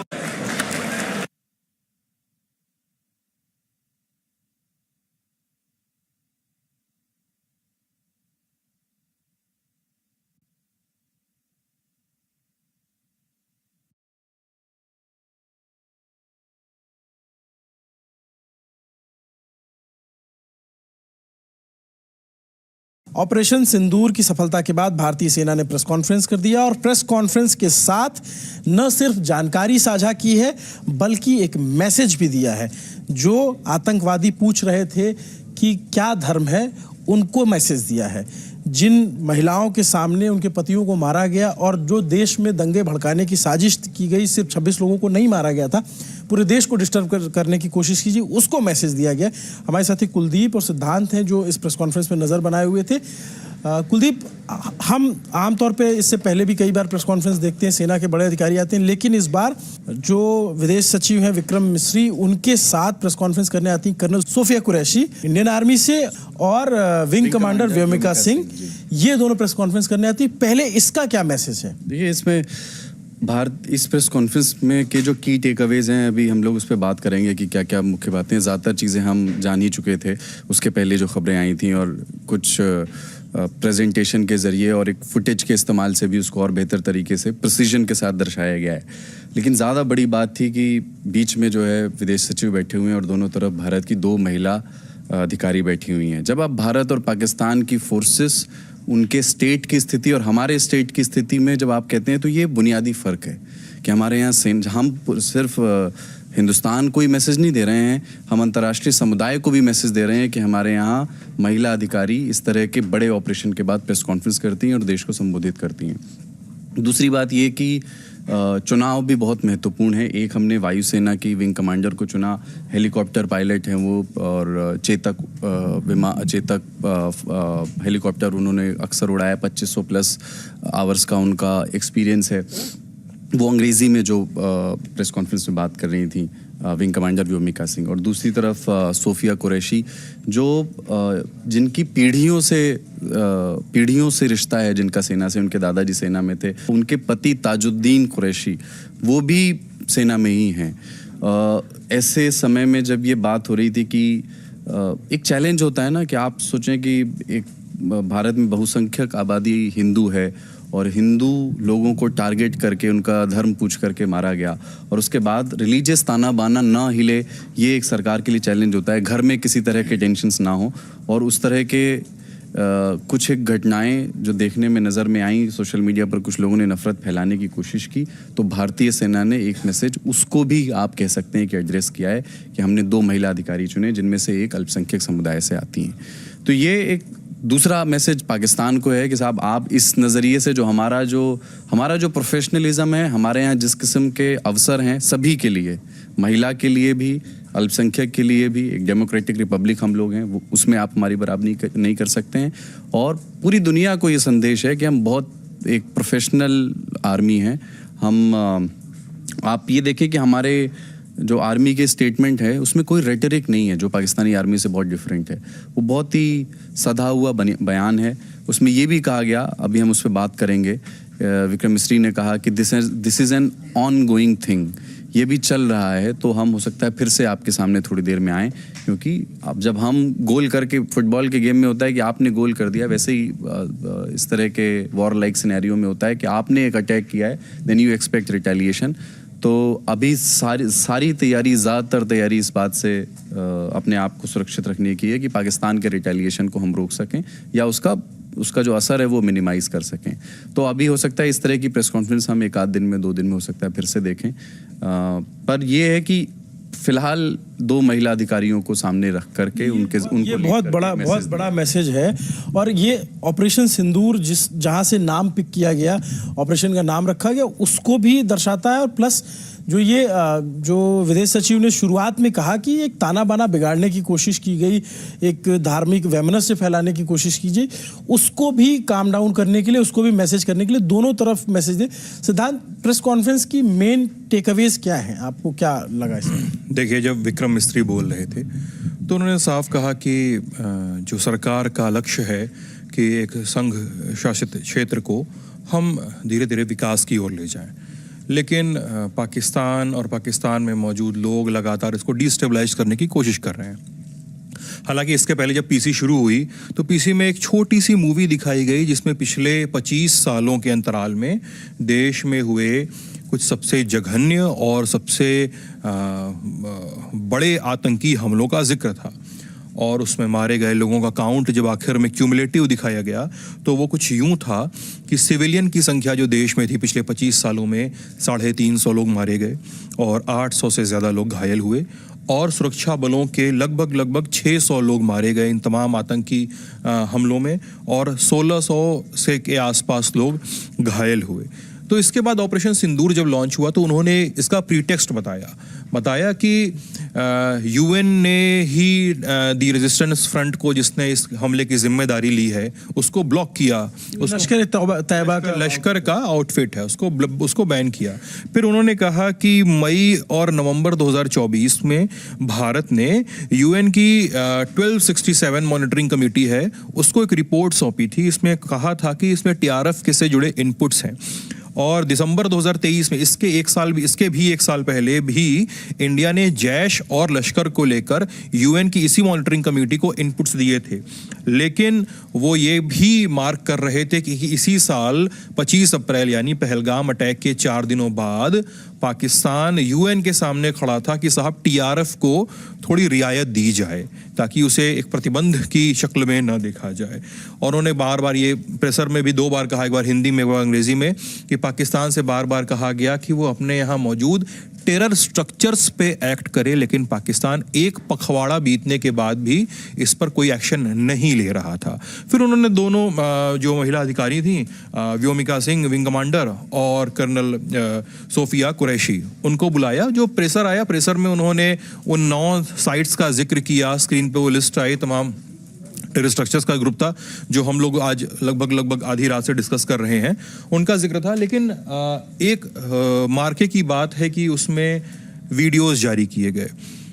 जो टेरर स्ट्रक्चर्स थे वो कुछ थे जो पाकिस्तान ऑक्यूपाइड जम्मू एंड कश्मीर के रीजन में थे और कुछ थे जो पाकिस्तान के रीजन में थे।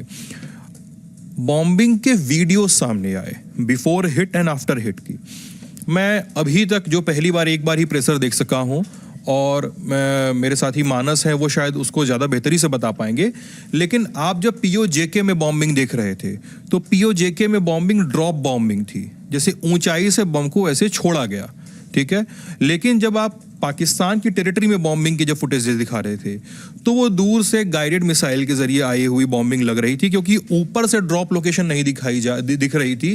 वो साइड व्यू था, ताकि एक ड्रोन का व्यू हो सकता है या किसी और एरियल व्हीकल का व्यू हो सकता है, वो गाइडेड मिसाइल के थ्रू किया गया अटैक हो सकता है। पीओजेके में या पीओके में हम इसलिए भी जा सकते हैं क्योंकि एलओसी जो है वो हमारी सेना के लिए और हमारे लिए एक एक्टिव वॉर फ्रंट है, इसलिए वहां पे बीएसएफ नहीं तैनात रहती है, इसलिए वहां पे आर्मी तैनात रहती है। और पीओके को हम अभी भी अपना हिस्सा मानते हैं, पीओजेके को अपना अभी भी हिस्सा मानते हैं। इसलिए ये संभावना जताई जा रही है कि जो जहाज जो है वो पीओजेके में मुजफ्फराबाद और कोटली वाला जो इलाका है वहां ऊपर तक गए होंगे और बॉम्ब ड्रॉप किया होगा, ये संभावना जताई जा रही है। मैंने जो वीडियो के हिसाब से इन्फर किया है। मानस वुड बी नोइंग बेटर। मानस, जो वीडियो दिखाया इंडियन आर्मी ने और उसमें बम ड्रॉप होते हुए दिख रहे हैं, और जो पाकिस्तान के एरिया में जो ये बहावलपुर इन तमाम जगहों पर अटैक हुआ उसमें मिसाइल जाती दिख रही है, क्या डिफरेंस है दोनों में? किस तरीके के वेपन का इस्तेमाल है? देखिए, 2 तरीके के बम होते हैं। एक जो हमने सुबह हमने जो जानकारी दी थी उसमें ये बताया था कि एक मिसाइल और एक बम, ड्रॉप वाला बम, ये दोनों अलग अलग चीज़ें होती हैं। ड्रॉप वाला बम जनरली हम राफेल विमान की जहाँ तक बात आ रही थी तो उससे बियॉन्ड विजुअल रेंज एक होती है, आँख से हम जितना देख सकें उससे ज़्यादा वो दूरी, कम से कम 300 किलोमीटर की वो दूरी कवर कर सकते हैं। तो हम अपने देश में रहते हुए, अपनी सीमा में रहते हुए भी बिना इंटरनेशनल बॉर्डर को पार किए जो पाकिस्तान है, प्रॉपर पाकिस्तान है, उसमें हम लोगों ने अटैक्स किए हैं, उसमें हम लोगों ने स्ट्राइक्स किए हैं। जो पीओजेके है, जैसा कि सर बता रहे थे, वहाँ पे जो ड्रॉप बॉम्ब गिराए गए हैं, ड्रॉप बॉम्ब आप राफेल से जनरली नहीं गिराते। राफेल एक पारंपरिक तौर पे एक बॉम्बर जहाज़ नहीं है, वो एक स्ट्राइक या मिसाइल ले जाने वाला जहाज़ है। उसमें बीवीआर का use, beyond visual range missiles का यूज़ ज़्यादा होता है। तो संभव है कि हमने मिराज या सुखोई जैसे जेट्स का इस्तेमाल वहाँ पर किया होगा और हमने वहाँ बॉम्ब ड्रॉप किए हैं। और बॉम्ब ड्रॉप करने में एक चीज़ होती है कि उसमें प्रिसीजन की बहुत मतलब ज़रूरत होती है कि आप कितनी ऊंचाई पे उड़ रहे हैं, किस स्पीड पे उड़ रहे हैं, हवा की स्पीड क्या है, ये सारी चीज़ें उस पर डिपेंड करती हैं कि वो बॉम्ब कहाँ पे गिरेगा।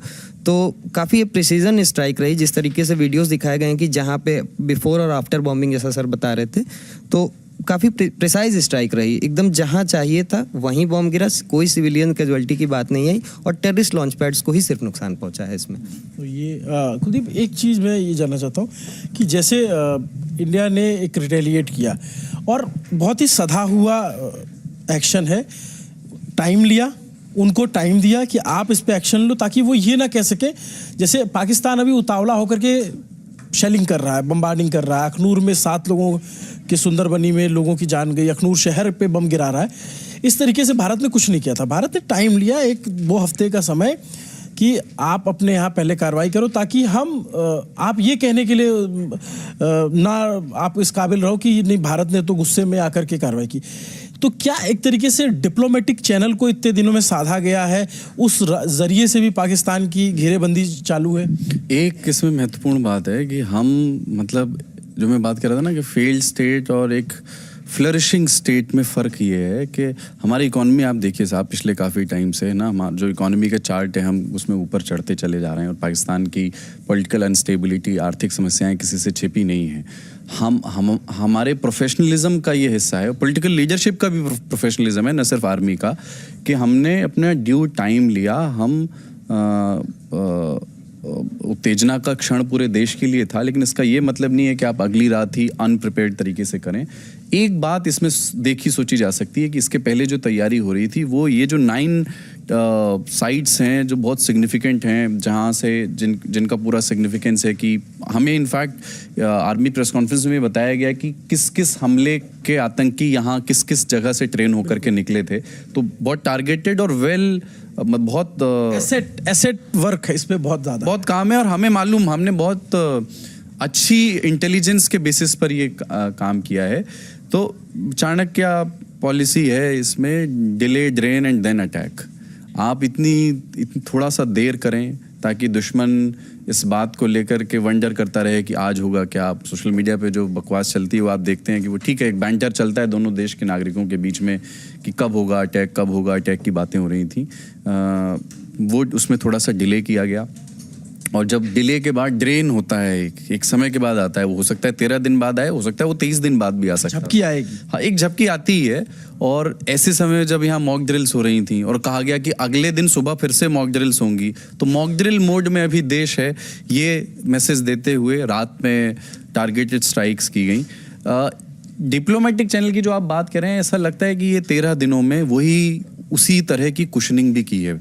हमने इन 13 दिनों में इन 9 जगहों पर हमले की तैयारी में इतना वक्त नहीं लगा होगा, ज़्यादा हमने तैयारी की है उस रिटेलिएशन से बचने की। आप जो मॉक ड्रिल्स देख रहे हैं वो भी इसी बात का है कि अगर, चूंकि हम तो जिम्मेदार स्टेट हैं और हम हम युद्ध के नियमों का, जिनेवा कन्वेंशन के बाद से जो युद्ध के नियम आए हैं उनका पालन करने वाले मुल्क हैं, पर हमारा दुश्मन देश तो कतई ऐसा नहीं है। उसकी हिस्ट्री है कि वो सिविलियंस को, बेकसूर लोगों को कई बार कोवर्ट ऑपरेशंस के ज़रिए निशाना बनाता है। तो हम अपने सिविलियंस को जो ट्रेन कर रहे हैं, इसके अलावा जो हमने बैक चैनल डिप्लोमेसी की है, हम आपने वो तस्वीर देखी होगी कि हमने अफ़गानिस्तान तक जा कर के बात की कि हमारे प्रधानमंत्री फ़ोन पर टच में रहे, व्लादिमीर पुतिन से बात हुई, अमेरिका के विदेश मंत्री जब ये ऑपरेशन सिंदूर की खबर आई उसके थोड़ी ही देर बाद खबर आ गई कि एनएसए डोभाल ने अमेरिका के अपने काउंटर पार्ट से बातचीत की है। तो इसका मतलब है कि वो एक डिप्लोमेटिक चैनल, एक जिम्मेदार देश का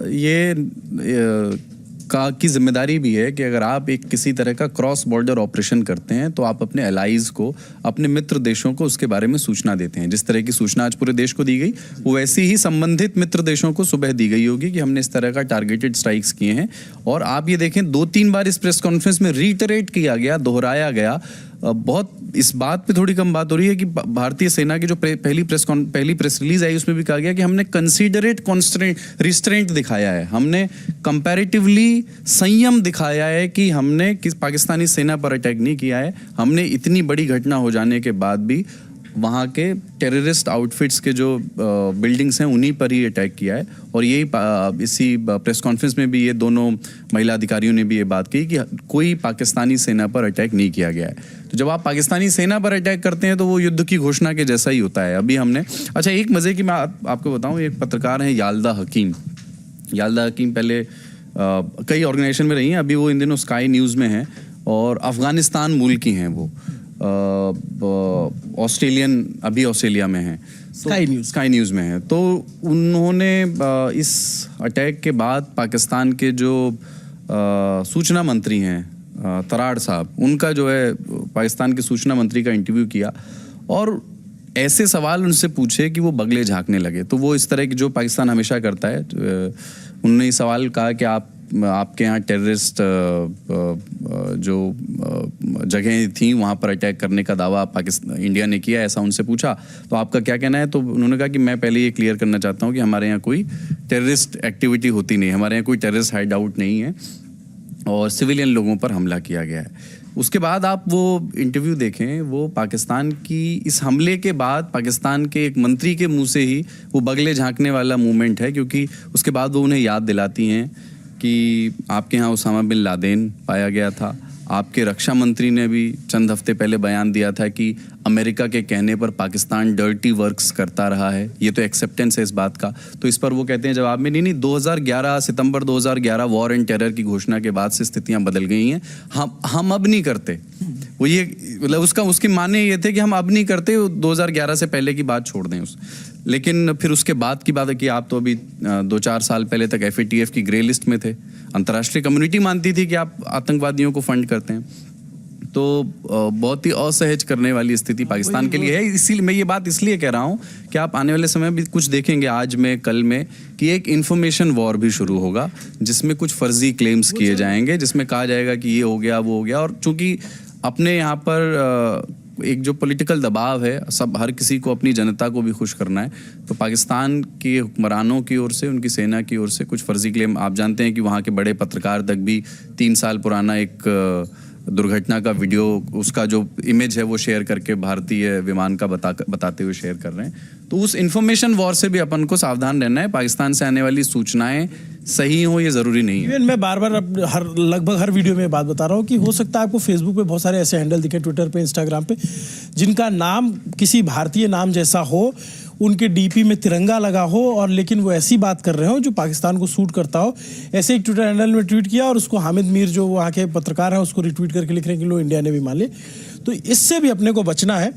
और रही बात मतलब हिंदुस्तान की फौज, हिंदुस्तान की सरकार ने बहुत ही प्रोफेशनल ढंग से ये ऑपरेशन किया है, और जिस हिसाब से प्रेजेंट किया, ये दुनिया के लिए भी एक मिसाल है कि ऑपरेशन सिंदूर कंडक्ट किया गया सिंदूर के वास्ते। और उसको जब पेश करने आई तो कर्नल सोफिया कुरैशी और विंग कमांडर व्योमिका सिंह थी। वो अपने आप में पाकिस्तान जैसे स्टेट के लिए एक मैसेज है। अभी इसमें क्योंकि ये समय ऐसा है और अगले 48 घंटे ऐसे हैं कि you can not wink, you can not think, कुछ भी बदल सकता है। थोड़े थोड़े देर में घटनाक्रम बदलते हैं, बहुत तनाव के हालात हैं LOC पर। और आखिरी बात ये कि जनरल नरवणे जो पूर्व सेना अध्यक्ष, उन्होंने ये भी कहा है पिक्चर अभी बाकी है, तो उस पिक्चर के लिए भी हमें तैयार रहना चाहिए। नमस्ते, मेरा नाम अभिनव है, मेरे साथी कुलदीप और सिद्धांत मानस आपको जानकारी दे रहे थे। कैमरे के पीछे प्रशांत है। देखते रहिए दिल लंटो। अब रात से हमारी कवरेज जारी है और जो भी अपडेट आता रहेगा आप तक पहुंचाते रहेंगे। शुक्रिया।